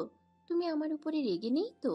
বিশ্বাস করো মোনালিকা, আমি সত্যিই বলছি, আমি তো গালি স্যারের বউকে দিয়েছিলাম। আমি তো আর জানতাম না যে স্যারের বউ আর কেউ না, আমার সামনে বসে থাকা তুমি নিজেই ছিলে। বিশ্বাস করো, আমি তোমাকে ওইভাবে কথা শোনাতে চাইনি, সত্যি বলছি। ওদের কথা শুনে আমি হাসবো না কাঁদবো সেটাই বুঝতে পারছি না। পরিস্থিতি পাল্টানোর জন্য আমি আমার চেয়ারে বসতে বসতে বললাম, ওহো, তোমরা এসব কি লাগিয়ে রেখেছো বলো তো? বাদ দাও না এসব কিছু। ওকে বাদ দিলাম, এখন এটা বলো, তুমি আমাদের সত্যি নিজের বন্ধু ভাবো তো? নিলয়ের কথায় আমি ভ্রু কুঁচকে ওর দিকে তাকালাম। কেন বলো তো? কারণ আমরা কতদিন ধরে শুনছি তুমি বিবাহিতা, আর এটাও জানি যে স্যারও বিবাহিত, কিন্তু তোমরা দুজনেই যে স্বামী স্ত্রী এই কথা তুমি আমাদের থেকে লুকিয়ে গেছো কেন? হ্যাঁ, সেটাই তো। এতদিনে তুমি আমাদের এই বিষয়ে কিচ্ছু বলনি কেন? নিলয়ের কথায় রিয়াও সাই দিল। ওদের কথায় এবার আমি ভয় পেয়ে গেলাম। কি বলবো ওদের তো আর আমি এসব কিছু বলতে পারবো না। তাই ঘটনা সামলানোর জন্য বললাম, আসলে তোমরা তো জানোই স্যার কখনোই পার্সোনাল লাইফ আর প্রফেশনাল লাইফ এক চোখে দেখেননি। তাই আমাদের বিয়ের কথাটাও প্রফেশনালি কেউ জানে না। এই কথাটা কার কেমন হজম হলো বুঝলাম না। তবে যেমনই হোক, আপাতত ব্যাপারটা সামাল দিতে পারলেই বাঁচি। ও এই কথা, আচ্ছা ঠিক আছে, আমি গেলাম, আমার কাজ আছে। বলেই নিলয় চলে গেল। নিলয় যাওয়ার সাথে সাথেই অপু আমার কাছে এসে বলল, এই মোনালিকা, তোমার ঠোঁটে এটা কি? অপুর কথা শুনে আমি থ হয়ে যাই। এত কিছুর মাঝে তো মুখ ঢাকতেই ভুলে গেছিলাম আমি। এখন ওদের কি বলি আমি? আসলে দরজা লেগে কেটে গেছে। কিন্তু আমার তো তেমন কিছু মনে হচ্ছে না, আমার তো অন্যরকম কিছু মনে হচ্ছে। বলে অপু রিয়ার দিকে তাকিয়ে চোখ টিপ দিল। অন্যরকম মানে? কি বলছো এইসব? কি বলছো এইসব? তুমি হিজাব দিয়ে এই কাটা দাগটা লুকাতে চাইছ, তার মানে এটা দরজা লেগে কাঁচা না, এটা লাপাইট, স্যারের দেওয়া লাপাইট। রিয়ার কথা শুনে আমার হার্ট অ্যাটাক করার মতো অবস্থা। লজ্জায় আমি শেষ। ধুর, কি সব বলছো তোমরা? এমন কিছুই না। আচ্ছা তাহলে কেমন কিছু? বলে অপু আমার বাহুতে নিজের বাহু দিয়ে ধাক্কা দিল। আমি পুরাই শেষ। আহা আপু, কি করছিস? দেখছিস না আমাদের মোনালিকা রানী কেমন রক্তে লাল গেছে? চুপ কর এবার। এই, তোমরা এখান থেকে যাও তো, আমার কাজ আছে। তোমাদের এসব কথা শোনার সময় আমার নেই, যাও তো। যা বাবা, আমরা আবার কি করলাম? অবাক হয়ে বলল রিয়া। তোমরা যাবে এখান থেকে? ওকে ওকে, যাচ্ছে। বলে ওরা হাসতে হাসতে বেরিয়ে গেল। আর আমি হাঁপ ছেড়ে বাঁচলাম। অনেক ধরনের মিশ্র অনুভূতি নিয়ে নিজের কাজ করতে লাগলাম। সবার মুখে স্যারের বউ কথাটা শুনেই ভালো লাগছে আমার। এ এক অন্যরকম অজানা অনুভূতি। অফিস আওয়ার শেষে আমি সবকিছু গুছিয়ে নিয়ে অফিস থেকে বেরিয়ে পড়লাম। বেরিয়েই দেখি স্যার দাঁড়িয়ে আছেন। আমি বুঝতে পারলাম না কেন উনি এইভাবে দাঁড়িয়ে আছেন। হয়তো কোনো কাজ আছে, তাই আমি অন্যদিকে ঘুরে চলে আসবো। তখনই স্যার পাশ থেকে এসে আমার হাত ধরে টেনে নিয়ে গিয়ে গাড়িতে বসালো। নিজেও গাড়িতে বসে ড্রাইভ করতে লাগলো। এই প্রথম আমি কোনো কাজ ছাড়াই স্যারের গাড়িতে উঠলাম।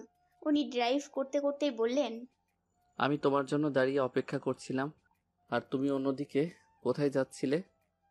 আমি তো আর জানতাম না যে আপনি আমার জন্য অপেক্ষা করছিলেন। আমি তো কখনো কোনো প্রয়োজন ছাড়া আপনার গাড়িতে উঠি না। এখন থেকে উঠবে, আর প্রতিদিন উঠবে, কারণ এখন থেকে প্রতিদিন তুমি আমার সাথে অফিসে যাওয়া আসা করবে। আমি ওনার কথা শুনে আর কিছু বললাম না, মাথা নিচু করে বসে রইলাম। এক অন্যরকম ভালো লাগা কাজ করছে আমার ভেতর। এ আমার কি হচ্ছে? বাড়ি ফিরতে আমি নিজের রুমে চলে গেলাম। ফ্রেশ হয়ে বারান্দায় গিয়ে দাঁড়ালাম। আজ অফিসে ঘটে যাওয়া ঘটনাটাই চোখের সামনে ভেসে উঠছে। ওদের বলা কথাগুলো মনে পড়তেই চোখ দিয়ে জল গড়িয়ে পড়ল। ওরা কি বোঝে না ওদের কথা আমাদের মতো মেয়েদের কতটা কষ্ট দিতে পারে? তারপরও কেন তারা এইভাবে বলে? কি লাভ তাদের আমাদের এইভাবে কথা শুনি? তখনই মনে পড়ল স্যারের কথাগুলো। সাথে সাথেই নিজের চোখের জল মুছে ফেললাম। কেন কাঁদছি আমি? কাঁদবো না। ওদের কাজ কথা বলা, বলে যাক, তাতে আমার কি? আমিও যে একজনের কাছে অসাধারণ তা তো আজ জানতে পারলাম। অজান্তেই ঠোঁটের কোণে হাসি রেখা ফুটে উঠলো আমার। রাতে রান্নাঘরে গিয়ে রান্না করতে লাগলাম। রাত 10টা বাজে। এই সময় উনি ডিনার করতে নিচে আসেন। প্রতিদিন সার্ভেন্ট খেতে দেয়, তবে আজ আমি দেব। ভাবতে ভাবতেই ডাইনিং টেবিল রেডি করছি, তখনই একটা সার্ভেন্ট এসে বলল, স্যার নাকি ওপরে খাবার নিয়ে যেতে বলেছে। ওপরে কেন? উনি তো নিচে নেমেই খান। ওনার শরীর খারাপ করলো না তো? আমি ট্রেতে খাবার সাজিয়ে নিয়ে ওপরে ওনার রুমে গেলাম। ঘরে ঢুকতেই দেখি কেউ নেই। গেল কোথায় লোকটা? আমি এদিক ওদিক দেখতে লাগলাম। তখনই আমার সকালে অফিসের কথা মনে পড়ে গেল। আমি সাথে সাথে খাবার টেবিলে রেখে চলে আসবো, ঠিক তখনই উনি দরজা লাগিয়ে দিয়ে দরজার সামনে দাঁড়িয়ে বাঁকা হাসতে লাগলেন। আমি ভয়ে থ হয়ে গেছি। এটা কি হলো? উনি দরজা লাগালেন কেন? খাবার রেখে কোথায় যাচ্ছ? এখানে বসো আর আমাকে খাইয়ে দাও। ওনার কথা শুনে আমি টাসকি খেলাম। আমি খাইয়ে দেব? তা নয়তো এখানে আর কে আছে খাইয়ে দেওয়ার মতো? কিন্তু স্যার আমি কি... খাইয়ে দিতে বলেছি, চুপচাপ এখানে বসে খাইয়ে দাও। উনি আমার হাত ধরে নিয়ে গিয়ে বিছানায় বসিয়ে নিজেও আমার পাশে বসলেন। আমি অনেক ইতস্তত বোধ করে প্লেটে ভাত নিয়ে মেখে ওনার মুখে তুলে দিলাম। আমাকেই শুধু খাওয়াচ্ছ, তুমি খাবে না? ওনার কথায় আমি অবাক হয়ে ওনার দিকে তাকালাম। না স্যার, তার কোনো প্রয়োজন নেই, আমি পরে খেয়ে নেব। তুমি নিজে খাবে নাকি আমি খাইয়ে দেব?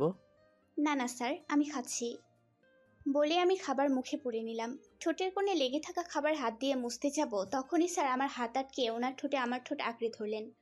উনি ঠোঁট দিয়ে লেগে থাকা খাবার মুছে আবার সোজা হয়ে বসলেন। আমার চোখ বড় বড় হয়ে গেল। এরকম কিছুর জন্য আমি মোটেও প্রস্তুত ছিলাম না। লজ্জায় আমি মাথা উঠাতে পারছি না। উনি ঠোঁট মুছতে মুছতে বাঁকা হেসে বললেন, ওয়াও, আজকের খাবারটা যে এতটা টেস্টি ছিল তা তো আগে জানতাম না। জানলে কত আগে খেয়ে নিতাম। ওনার কথা শুনে বিষম খেলাম। সাথে উনি আমায় পানির গ্লাস এগিয়ে দিলেন। ওনার হাত থেকে গ্লাস নিয়ে আমি পানি শেষ করে দিলাম। কি হলো, খাইয়ে দেবে নাকি আবার টেস্টি খাবার খাওয়ানোর ইচ্ছে আছে? ওনার কথা শুনে আমি তাড়াতাড়ি ওনাকে খাইয়ে দিতে লাগলাম, আর ওনার জোড়াজুড়িতে আমাকেও খেতে হলো। খাওয়া শেষে আমি হাত ধুয়ে প্লেট টেবিলে রেখে যেয়ে উঠতে যাব, অমনি উনি আমার হাত হ্যাচকা টান মেরে শুয়ে পড়লেন। আর আমি সোজা ওনার বুকের ওপর গিয়ে পড়লাম। আমাকে জড়িয়ে ধরে বললেন, কোথায় যাচ্ছ সব সময়? তোমার যাওয়ার তো তাড়া থাকে কেন? না মানে স্যার, আসলে... এসব বলে উঠতে গিয়েও পারলাম না। উনি আমায় শক্ত করে জড়িয়ে ধরে রেখেছেন। চুপচাপ এখানে শুয়ে থাকো। এখন থেকে আমার বুকের মাঝে মাঝে রেখে ঘুমাবে। কোনো কথা না বলে ঘুমিয়ে পড়ো। আমি আর কিছু বলতে পারলাম না। মুখ থেকে কোনো কথা বেরোলোই না। কারো বুকে যে এতটা শান্তি, এটা আমি আগে জানতাম না। মনে হচ্ছে পৃথিবীর সব সুখ এই বুকে রয়েছে। আমি সেই বুকে পরম সুখে ঘুমিয়ে পড়লাম। আজ সকালে দুজনে একসাথে ব্রেকফাস্ট করে একসাথে অফিসের জন্য বেরোলাম। অফিসে কানাডার ডিলটা সাকসেস হওয়ার কারণে কালকের জন্য পার্টি থ্রো করেছেন স্যার। সেই পার্টিরই অ্যারেঞ্জমেন্ট করতে করতে অনেক রাত হয়ে গেল। স্যার আমার জন্য অপেক্ষা করছিলেন একসাথে বাড়ি ফিরবো বলে। আমরা সব কাজ গুছিয়ে প্রায় 10:30টার দিকে অফিস থেকে বেরিয়ে পড়লাম। আমি গাড়িতে বসে আছি, স্যার ড্রাইভ করছেন। কিন্তু এ কি, এই রাস্তা তো বাড়ির দিক যায় না। তবে স্যার এদিকে গাড়ি ঘোরালো কেন? আরে স্যার কি করছেন? এদিকে তো বাড়ির রাস্তা নয়। আপনি এদিকে কোথায় যাচ্ছেন? আপনি রাতকানা হয়ে গেলেন না তো? ভুল রাস্তায় যাচ্ছেন কেন? আমি রাত কেন হইনি, ওকে? তুই চুপচাপ বসে থাকো, গেলেই দেখতে পাবে আমরা কোথায় যাচ্ছি। ওনার কথা শুনে আমি চুপ মেরে গেলাম।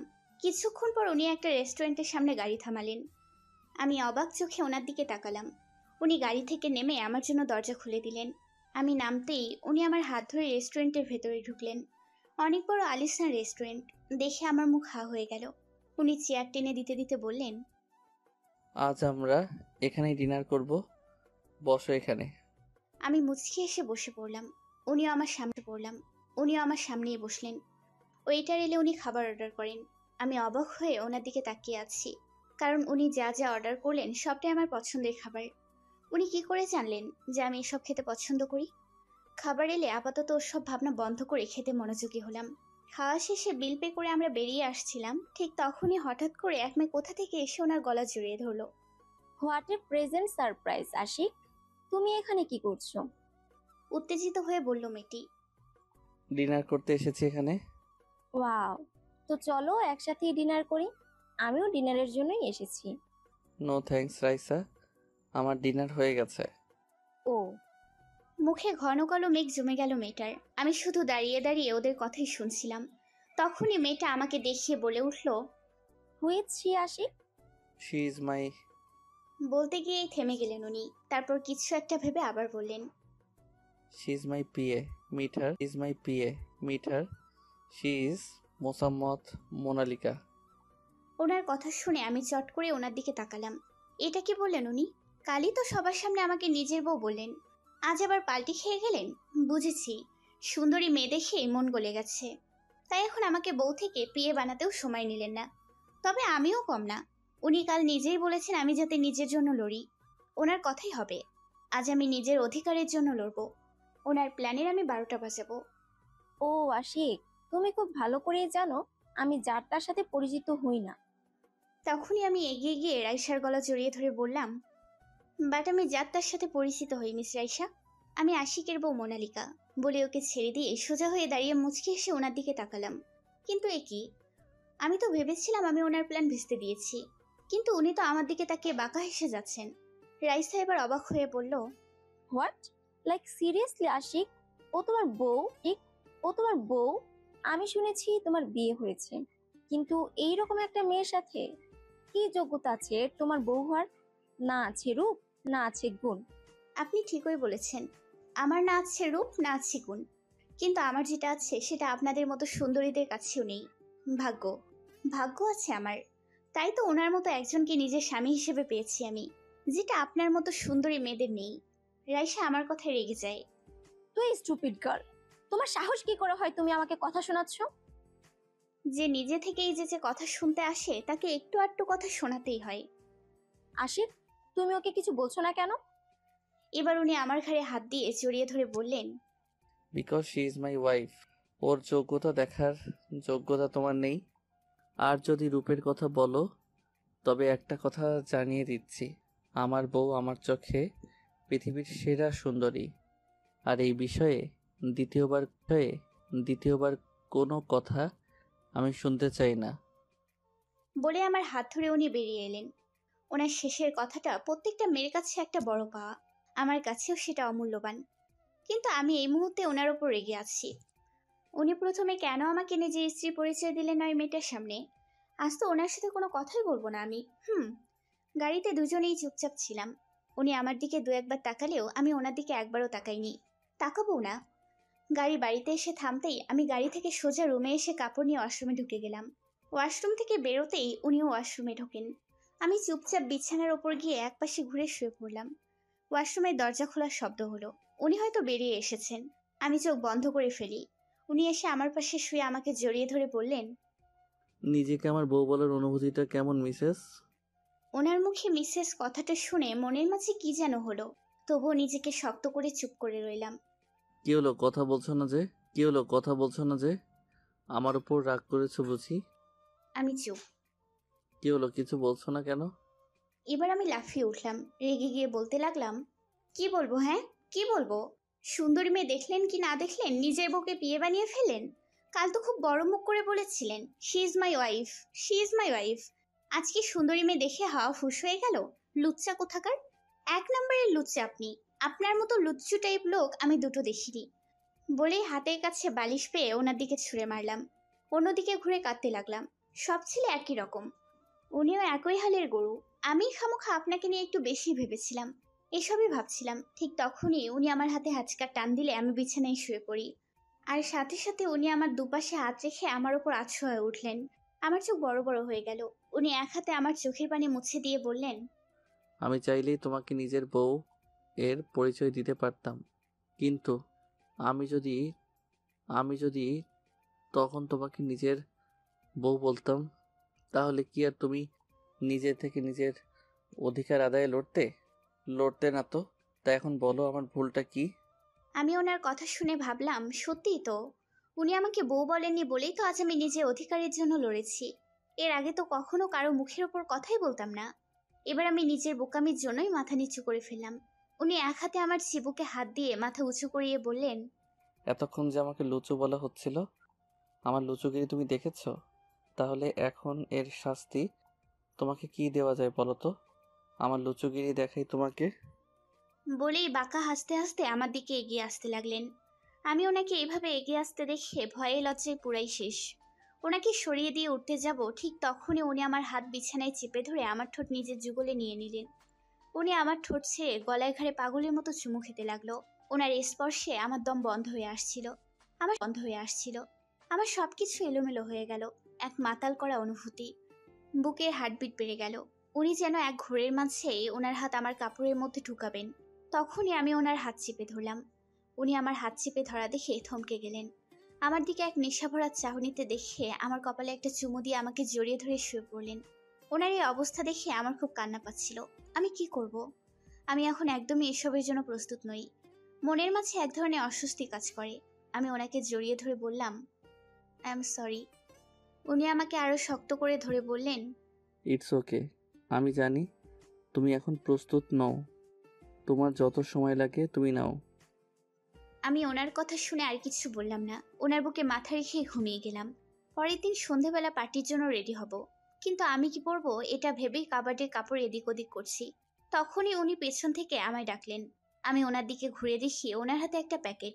উনি আমায় প্যাকেটটা হাতে দিয়ে বললেন, এখানে তোমার যা যা লাগে সব কিছু আছে।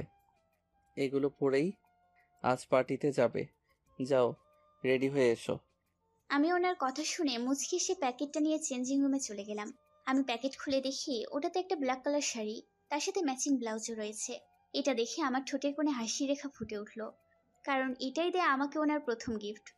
আমি শাড়িটা পরলাম, শাড়ির আঁচল ছেড়ে দিয়েছি। মুখে হালকা মেকআপ, ঠোঁটে মিষ্টি কালার লিপস্টিক, কানে স্টোনের ঝুমকো, গলায় সিম্পল নেকলেস, আর চোখে কাজল। আমার চোখে কাজল দিতে অনেক ভালো লাগে। কখনো কখনো তো আমি আমার এই চোখেই ক্যাশ খেয়ে যাই। চুলগুলো খোপা করে নিলাম, হাতে কালো রঙের কাছে চুড়ি। এসব কিছু এই প্যাকেটেই ছিল। আমি রেডি হয়ে বের হয়ে দেখি উনি ব্ল্যাক কালার শার্ট আর প্যান্ট পরেছেন। শার্ট ওনার গায়ের সাথে ফিট হওয়ার কারণে ওনার বডি স্পষ্ট বোঝা যাচ্ছে, একদম আমার ফেভারিট রোবেন ড্রেসের মতো। চুলগুলো সুন্দর করে ব্রাশ করেছেন। আজ তো ওনাকে নজরে নজরে রাখতে হবে, যাতে কেউ চুরি করে না নিয়ে যায়। আমাকে বেরোতে দেখে উনি কিছুক্ষণ আমার দিকে তাকিয়ে থাকলেন। ওনার তাকিয়ে থাকার কোনো কারণ খুঁজে পেলাম না, কিন্তু ওনার এভাবে তাকিয়ে থাকাতে আমার খুব লজ্জা লাগছে। লজ্জায় মাথা নিচু করে রইলাম। উনি আমাকে এভাবে দাঁড়িয়ে থাকতে দেখে নেশাভরা চোখে তাকিয়ে আমার দিকে এগিয়ে আসতে লাগলেন। ধীরে ধীরে আমার কাছে এসে যাওয়াতে আমি পিছাতে লাগলাম। তখনই উনি আমার কোমর জড়িয়ে ধরে ওনার সাথে মিশিয়ে নিলেন। এইভাবে ওনার কাছে এসে ওনার ঘোর লাগা চোখ দেখে আমার হার্টবিট কিছুক্ষণের জন্য মিস করলাম। উনি আমার কাছে এসে আমার এক গালে চুমু দিয়ে ওনার দাড়িগুলো দিয়ে আমার গাল ঘষে দিলেন। ওনার দাড়ির খোঁচায় আমি একটু নড়ে উঠলাম। উনি আমার কোমর আরো শক্ত করে জড়িয়ে ধরে আমার গলার কাছে মুখ নিয়ে গিয়ে গলায় একটা কামড় বসালো। ব্যথায় আহ বলে উঠলাম। উনি ওনার এক হাত আমার পেছনে নিয়ে আমার খোপার ক্লিপ খুলে দিলেন। আমার চুল সব এলোমেলো হয়ে পুরো পিঠে ছড়িয়ে পড়লো। এই যা, এটা কি করলেন উনি? কত কষ্ট করে খোপাটা বেঁধেছিলাম, এখন কিভাবে কি করব? উনি কোনো কথা ছাড়াই আমার চুলের কিছু অংশ সামনে এনে কামড়ের দাগ ঢেকে দিয়ে বললেন, এবার সুন্দর লাগছে তোমাকে, পারফেক্ট। আমি ওনার কথায় লজ্জায় মাটিতে মিশে যাওয়ার ইচ্ছে হচ্ছিল। এবার তাহলে যাওয়া যাক মহারানী। বলে আমার দিকে হাত বাড়িয়ে দিলেন। আমি ওনার হাতে হাত রেখে বেরিয়ে পড়লাম। যাচ্ছি তো পার্টির জন্য, কিন্তু আমার কাছে মনে হচ্ছে আমি ওনার হাত ধরে কোনো এক স্বর্গপুরীতে যাচ্ছি। পার্টিতে পৌঁছে আমি পার্টির অ্যারেঞ্জমেন্টে মনোযোগী হলাম, আর উনি সব গেস্টদের ওয়েলকাম করতে লাগলেন। কিছুক্ষণ পর আমি এদিক ওদিক সব দেখছি, সব ঠিকঠাক আছে কিনা। সবাই পার্টিতে খুব এনজয় করছে। হঠাৎই আমি শুনতে পেলাম একটা মেয়ের কণ্ঠ। Hey Ashik, you are looking so hot and handsome. কথাটা শুনেই আমি পেছনে তাকালাম। স্যার ডেস্কের সামনে চেয়ারে বসে ড্রিঙ্ক করছেন, আর একটা মেয়ে স্যারের সামনে গিয়ে ড্রিঙ্কসের গ্লাস হাতে নিয়ে কথাটা বলল। I like also. স্যার বাঁকা হেসে বললেন,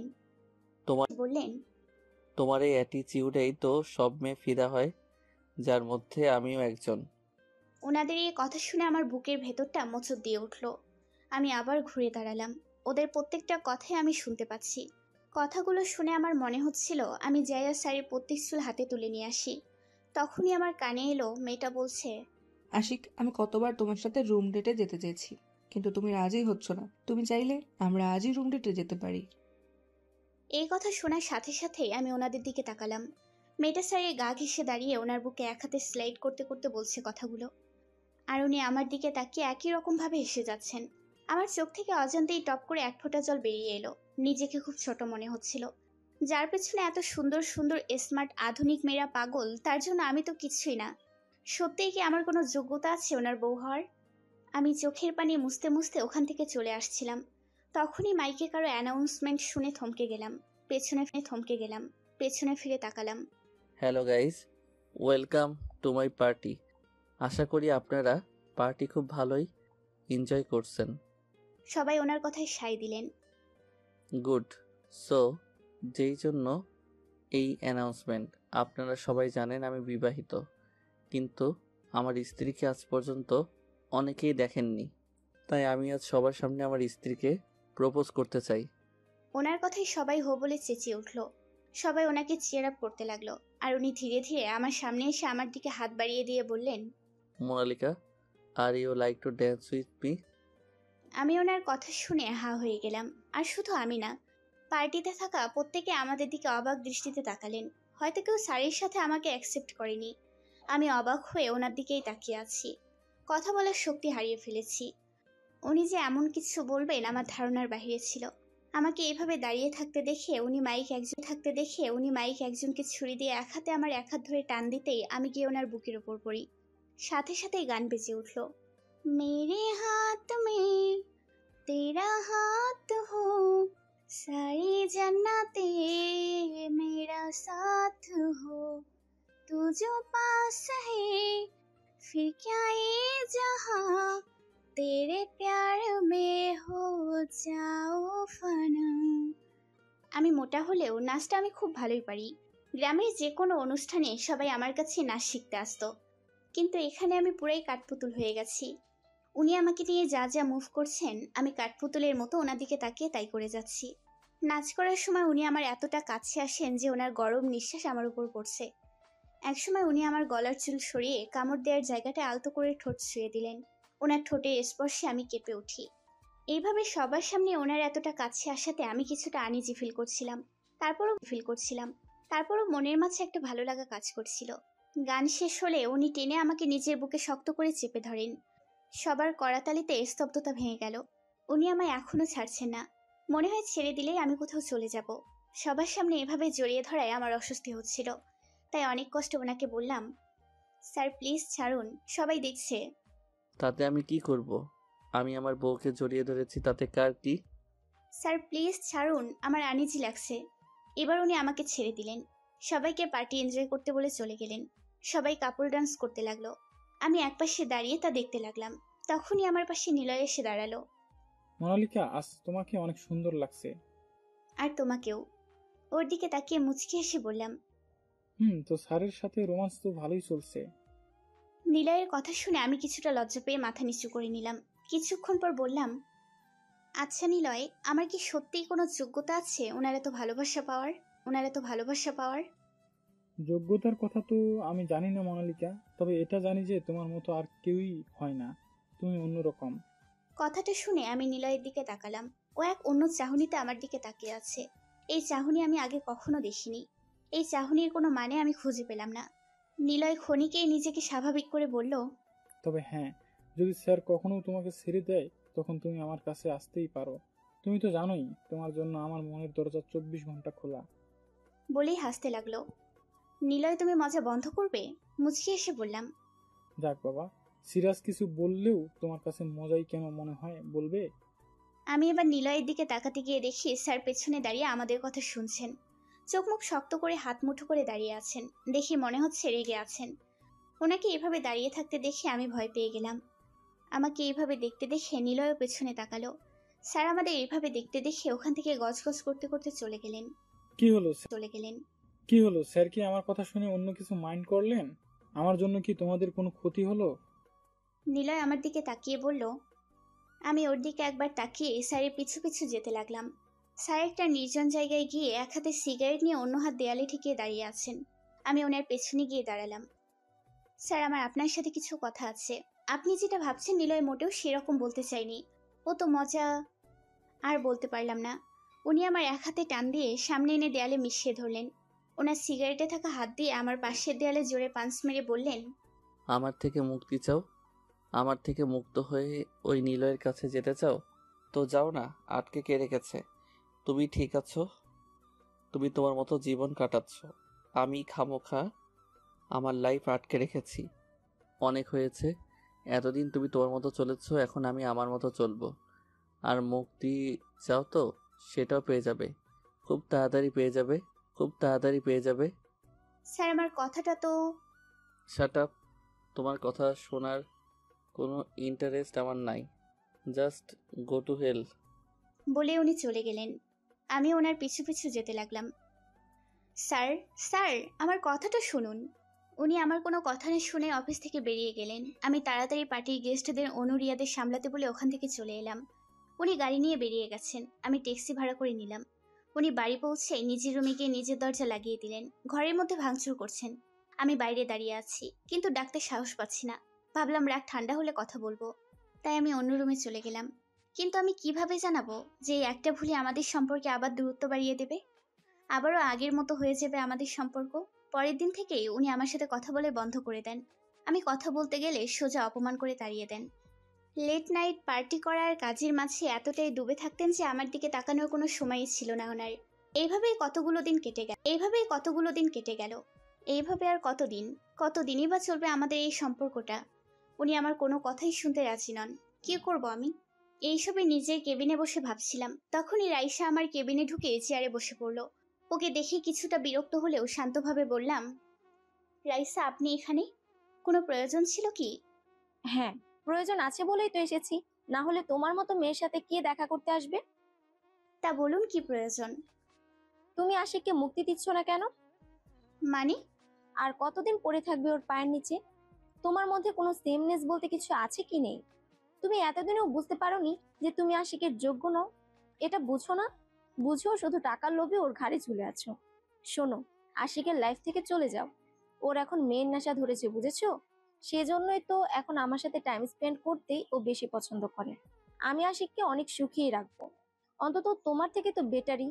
তো ব্যাগ গুছাও আর আশিকের লাইফ থেকে গেট লস্ট হও। বলেই চলে যাচ্ছিল, কিন্তু যেতে আবার ফিরে এসে বলতে লাগলো, আর হ্যাঁ, এখন আমি কোথায় যাচ্ছি জানো? তোমার ফিউচার এক্স হাজবেন্ডের সাথে লং ড্রাইভে। অনেক ফান হবে, কি বলো? বলেই হাসতে হাসতে ও চলে গেল। আমি থ হয়ে দাঁড়িয়ে রইলাম। কি হলো এটা? কি বলে গেল ও? না না, এটা কিছুতেই হতে পারে না। অনেক হয়েছে, অনেক থেকেছি চুপ, আর না। এইবার তো এর একটা শেষ করেই ছাড়বো। আজ আমি আমার অধিকার নিয়েই ছাড়বো। আর ওনাকে একটু টাইটও দিয়ে দেব। এসব ভেবেই রেগেমেগে নিজের কেবিন থেকে বেরিয়ে সোজা ওনার কেবিনের দিকে ছুটলাম। নক না করে ভেতরে ঢুকে পড়লাম। দেখে উনি কেবিনের পেছনের দিকে সাই গ্লাস ভেদ করে চলন্ত শহর দেখতে ব্যস্ত। আর রাইসা ওনার পাশে আছে বাদরের মতো। আমাকে এভাবে কেবিনে ঢুকতে দেখে রাইসা বলে উঠল, হে স্টুপিড গার্ল, কমন সেন্স বলতে কি কিছু নেই তোমার? কারো কেবিনে আসতে হলে যে নক করে আসতে হয়, জানো না তুমি? আমি রাইসার কথা সম্পূর্ণ না শোনার ভান করে সোজা ওনার সামনে গিয়ে দাঁড়ালাম। নিজেকে কি মনে করেন কি আপনি? হ্যাঁ, এত কিসের রাগ, এত কিসের জেদ আপনার? সেদিন কি না কি শুনে আমার সাথে কথা বলা বন্ধ করেছেন, তো আজ পর্যন্ত অপমান ছাড়ার কোনো কথাই বলেনি। কি ভাবেন আপনি নিজেকে? হতে পারেন আপনি বিশাল সাম্রাজ্যের মালিক, তবে সেটা দুনিয়ার জন্য। আপনি আমার স্বামী আর আমি আপনার স্ত্রী। আপনার ঘরে বউ থাকতে আপনি এসব মেয়ের সাথে কি করে ঢলাঢলি করতে পারেন? আমার বুঝি কষ্ট হয় না? নাকি আমি মানুষ না, আমার কষ্ট হতে নেই? এক নাগাড়ে সব কথা চেঁচিয়ে চেঁচিয়ে বলতে লাগলাম। উনি আমার দিকে শান্তভাবে তাকিয়ে আছেন। আমার দিকে তাকিয়ে উনি বললেন, রাইসা, তুই বাইরে গিয়ে আমার জন্য অপেক্ষা করো। হোয়াট? But why baby? সে কৈফিয়ত তোমাকে দেওয়ার প্রয়োজন বোধ করি না। এবার রাইসা চোখ মুখ খিচিয়ে আমার দিকে তাকিয়ে তত্তর করতে করতে চলে গেল। এবার উনি আমার দিকে এগিয়ে আস্তে আস্তে বলল, হ্যাঁ, তো তুমি কিছু বলছিলে? ওনাকে এইভাবে এগোতে দেখে আমার রাগ ফুঁস হয়ে গেল। ভয়ে আমি পেছাতে লাগলাম। কি হলো বলো? আমার মুখ দিয়ে আর কোনো কথা বেরোচ্ছে না। আমি পিছাতে পিছাতে কাচের গ্লাসের সাথে লেগে গেলাম। আর উনি আমার কাছে এসে আমার একপাশে কাচের ওপর হাত রেখে বলল, কি হলো বলো? আমি আমতা আমতা করে বললাম, স্যার আপনার ওই রাইসার সাথে মেলামেশা আমার একদমই সহ্য হয় না। উনি আমার কথা শুনে আমার আরো কাছে এসে বললেন, কেন সহ্য হয় না? আমি রাইসার সাথে মেলামেশা করলে তোমার প্রবলেম কি? তুমি তো কখনো আমাদের সম্পর্কটা এগিয়ে নিয়ে যাওয়ার চেষ্টা করনি। তাহলে কেন সহ্য হচ্ছে না তোমার? উনি আমার আরো কাছে আসাতে আমি চোখ বন্ধ করে নেই। উনি আমার কানের কাছে মুখ এনে বললেন, ভালোবাসো আমায়? আমি ওনার কথা শুনে চট করে ওনার দিকে তাকাই। উনি আমার দিকে তাকিয়ে আবার বললেন, কি হলো বলো, ভালোবাসো আমায়? আমি ওনার চোখের দিকে তাকিয়ে কোথাও যেন হারিয়ে গেলাম। ওই চোখে না বলা অনেক কথাই ভাসছিল। ওই চোখে আমি মাতাল হয়ে সবকিছু ভুলে কিছু বলতে যাব, তখনই রাইসা কেবিনের ভেতর ঢুকে পড়ে। আশিক, আর কতক্ষণ এই মেয়ের সাথে কথা বলবে? আমাদের লেট হয়ে যাচ্ছে তো। বলে আমাদের এইভাবে দেখে থ মেরে গেল। আমার রাইসাকে দেখে যতটা না রাগ, তার থেকে বেশি লজ্জা হতে লাগলো উনি আমায় এতটা কাছে থাকায়। কিন্তু উনি এখনো যেভাবে আছেন সেভাবেই দাঁড়িয়ে আছেন, একটু নড়লেনও না। এইভাবে থেকে আমার দিকে তাকিয়ে বললেন, রাইসা, কারোর কেবিনে আসতে হলে যে নক করে আসতে হয়, এই ম্যানারটা কি তোমার নেই? Ashiq, get lost. What Ashiq? I said get lost. এবার রাইসা রেগে গজগজ করতে করতে বেরিয়ে গেল। স্যার আবার আমাকে শান্ত কণ্ঠে বললেন, কিছু বলছিলে তুমি? রাইসাকে দেখে আমার মেজাজ খিটখিটে হয়ে গেল, তাই রাগচটা হয়ে বলে ফেললাম, আমার কাছে জানতে এসেছেন কেন? আগে নিজের মনের কথাটা প্রকাশ করুন, তারপর না হয় আমার কাছে জানতে আসবেন। বলে ওনাকে সরিয়ে দিয়ে ওখান থেকে চলে এলাম। একবারের জন্য ফিরে তাকালাম না। নিজের কেবিনে এসে ঢকঢক করে এক গ্লাস পানি খেলাম। আমার কত সাহস, আজ আমি ওনার মুখের ওপর কথা বলেছি। বাবা, প্রাণ উড়ে কোথায় পালিয়েছিল কে জানে। আমি এইসব ভাবনা বাদ দিয়ে নিজের কাজে মন দিলাম। আজ কাজের চাপ থাকায় রাত 8টায় অফিস থেকে বেরিয়েছি।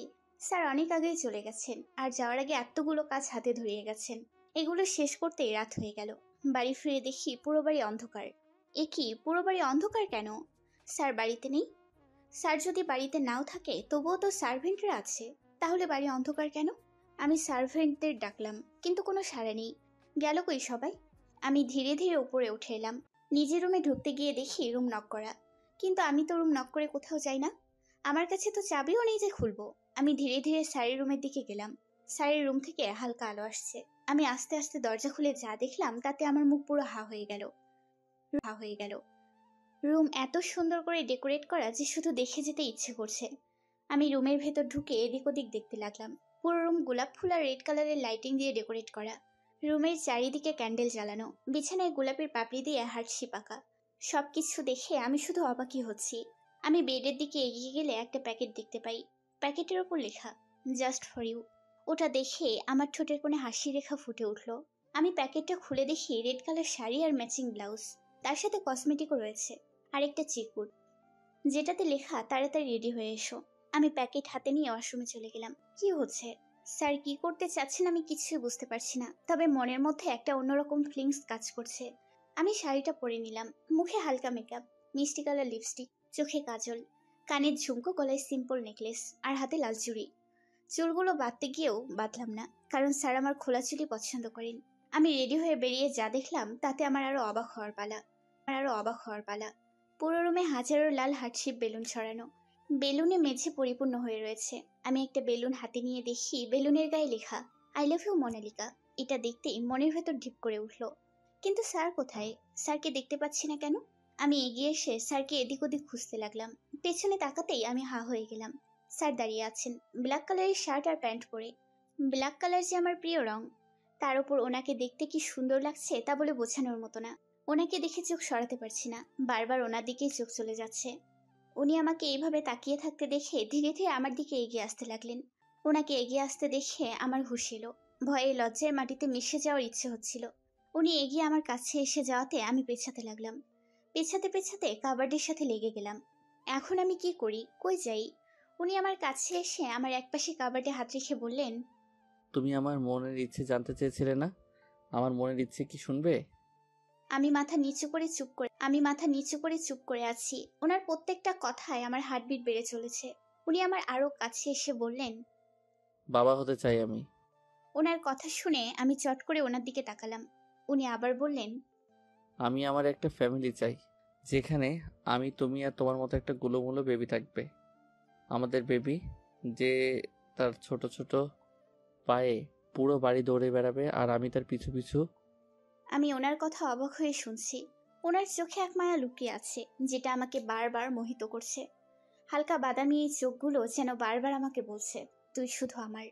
আমার যে এই চোখকে ফিরিয়ে দেওয়ার সাধ্য নেই। ওনার কথায় আমি কথা বলে ভুলে গেছি। শুধু ওনাকে দেখতে ইচ্ছে হচ্ছে, মন ভরে দেখার ইচ্ছে হচ্ছে। উনি আমার ঠোঁটের একদম কাছে ঠোঁট এনে বললেন, কি হলো, কিছু বলছো না যে করবে না আমার এই ইচ্ছে পূরণ? আমি আর নিজেকে আটকে রাখতে পারলাম না। নিজের অজান্তেই একটু উঁচু হয়ে আলতোভাবে ওনার ঠোঁট ছুঁয়ে দিলাম। আমার ঠোঁটের স্পর্শ পেয়ে উনি এক হাতে আমার কোমর জড়িয়ে ধরে অন্য হাতে আমার মাথার পেছনে চুল আঁকড়ে ধরে আমার ঠোঁটে ঠোঁট ডুবিয়ে দেয়। পাগলের মতো আমার ঠোঁটে গলায় ঘাড়ে আদরে ভরিয়ে দিতে লাগলো। ওনার উষ্ণ স্পর্শে আমার সব এলোমেলো হয়ে গেল। ওনার প্রত্যেকটা স্পর্শ আমাকে শিহরিত করছিল। এমন সময় উনি আমাকে অবাক করে দিয়ে আমাকে কোলে তুলে নিলেন। আমি ভয়ে ওনার কলার খামচে ধরে বলতে লাগলাম, আরে আরে কি করছেন, পড়ে যাবো তো। উনি আমার দিকে তাকিয়ে বাঁকা হেসে বললেন, তোমার হাজবেন্ড অত দুর্বল নয়, নিজের স্ত্রীর ভার ওঠানোর ক্ষমতা আমার আছে, আর তুমি তো ভারী নও, শুধু শুধুই গুলুমুলু হয়েছ। আমি ওনার কথা শুনে লজ্জায় ওনার বুকে মুখ লুকালাম। উনি আমাকে বেলকনিতে নিয়ে গিয়ে বেতের সোফায় বসালো। দেখলাম ওখানে টেবিলে খাবার সার্ভ করা। স্যার আমার পাশে বসে নিজের হাতে ভাত মেখে খাইয়ে দিল আর নিজেও খেয়ে নিল। খাওয়া শেষে উনি আমাকে পেছন থেকে জড়িয়ে ধরে আমার মাথাটা নিজের বুকে ঠেকিয়ে নিল। তুমি খুব চাঁদ দেখতে পছন্দ করো, তাই না? আজ দুজনে একসাথে বসে চাঁদ দেখব। ওনার এই কথায় আমি অবাক হয়ে ওনার মুখের দিকে ঘুরে তাকালাম। উনি কি করে জানলেন আমি চাঁদ দেখতে পছন্দ করি? উনি আমার দিকে না তাকিয়ে চাঁদ দেখতে দেখতে বলল, জানো মোনালিকা, প্রথম যখন আমি তোমায় গ্রামের বাড়ি দেখেছিলাম তখন আমি কিছুটা অবাক হয়েছিলাম। পরে যখন জানলাম তোমার সাথেই আমাকে সারা জীবন কাটাতে হবে তখন আমার খুব রাগ হয়েছিল, কিন্তু আমি কখনোই বাবার বিরুদ্ধে যেতে চাইনি। তাই সেদিন তোমাকে নিজের থেকে ফোন করে ডাকলাম আর ক্যাফেতে নিয়ে গিয়ে তোমাকে সব বললাম। ভেবেছিলাম গরিব গ্রামের মেয়ে, তোমাদের জন্য টাকাই সব কিছু, আর আমার সাথে বিয়ে হলে যে এসবের কিছুর অভাব তোমার থাকবে না তা তুমি খুব ভালো করেই জানো। আর আমি আর আমি আশিককে কেউ রিজেক্ট করবে এমন কেউ এখনো জন্মায়নি, কিন্তু তুমি আমার সব ভাবনাকে মেরে ফেলে তোমার বাবাকে ফোন করে বিয়ে ভাঙার কথা বললে, যেটা আমি তোমার ব্যাগ দিতে এসে শুনতে পাই। তখন আমি অনেক আশ্চর্য হই যে আমাকেও কেউ রিজেক্ট করতে পারে। তখনই তোমার উপর একটা ভালো লাগা কাজ করেছিল। সেই ভালো লাগা নিয়ে আমাদের বিয়েও হয়ে গেল। আমরা আলাদা থাকতাম ঠিকই, কিন্তু অফিসে যখন তোমাকে দেখতাম তুমি পার্সোনাল লাইফের কথা ভুলে আমার সামনেই অফিসের সব কাজ করছিলে, কিন্তু তাতে তোমার কোনো ভ্রুক্ষেপ ছিল না। তোমার এই স্বভাবেই আমি আরও মুগ্ধ হই। পরে বাবার কথাতে তোমাকে নিজের পিএ বানালাম, যদিও এর জন্য তোমাকে অনেক টেস্ট দিতে হয়েছে। তবুও আমি কেন যেন মন প্রাণ দিয়ে চেয়েছিলাম তুমি আমার পিএ হও। তাই হলো। তুমি আমার পিএ হলে সব সময় আমার আশেপাশে থাকতে।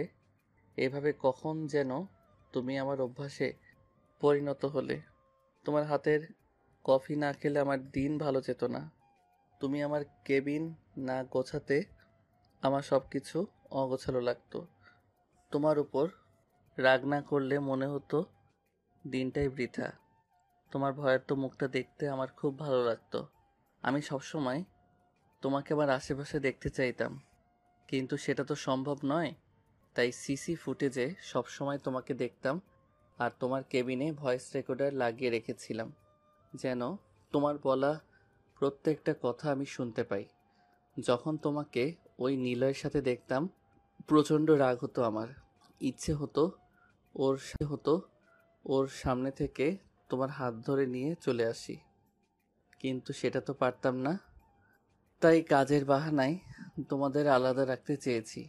নিলয়কে তোমার সাথে দেখলে আমার কেন রাগ হতো আমি তখনও জানতাম না, কিন্তু যেদিন আমি তোমাকে খুঁজে পাচ্ছিলাম না আমি পাগল প্রায় হয়ে গিয়েছিলাম।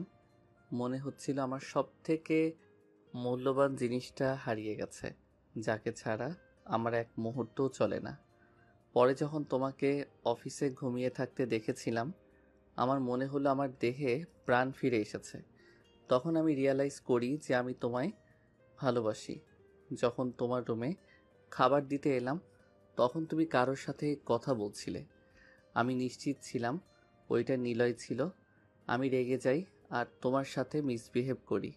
তবে আমি তখনই পণ করেছিলাম যে আমি তোমাকে ভালোবাসি। এটা আমি তোমাকে বোঝাবো। সেদিন পার্টিতেও আমি জানি নিলয়ের বলার মানে অন্য হলেও তুমি কথাটাকে অন্যভাবেই নিয়েছো। তাই তোমার উপর রাগ করার কোনো মানেই হয় না। তবুও তোমার উপর রাগ দেখিয়েছিলাম আমি আজকের এই দিনটার জন্য। আজ জানতে পারলাম তুমিও আমায় ভালোবাসো। উনি আমায় আরো শক্ত করে জড়িয়ে ধরে বললেন, কখনো নিজের থেকে আলাদা করব না তোমায়। এই বুকে তুমি ছাড়া অন্য কারো জায়গা হবে না। আমি অবাক হয়ে ওনার দিকে তাকিয়ে রইলাম। কতটা ভালোবাসে আমায় এই মানুষটা। আমায় এইভাবে তাকিয়ে থাকতে দেখে উনি আমায় ঠোঁট আঁকড়ে ধরলেন। আমি ওনার স্পর্শ অনুভব করছি আর ভাবছি, আপনি ঠিকই বলেছিলেন।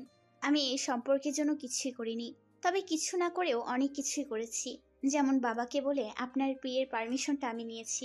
আপনার আগে পিছিয়ে ঘুরে নিজেকে আপনার অভ্যাসে পরিণত করেছি। আমি জানি আপনি নিলয়ের সাথে আমাকে সহ্য করতে পারেন না, তাই তো বেশি করে নিলয়ের সাথে মিশতাম। কি করব বলুন?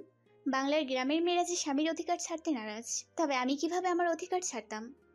আমি আশিকের বুকে মাথা রেখে বললাম, আমিও আপনাকে অনেক ভালোবাসি। আশিক আমাকে জড়িয়ে ধরে বলল, অনেক চাঁদ দেখা হলো। এখন চলো এই চাঁদনি রাতে বাচ্চা নেওয়ার বন্দোবস্ত করি মহারানী। সমাপ্ত। গল্পটি শেষ পর্যন্ত শোনার জন্য অনেক অনেক ধন্যবাদ। আর গল্পটা কেমন হলো তা বলতে ভুলবেন না যেন।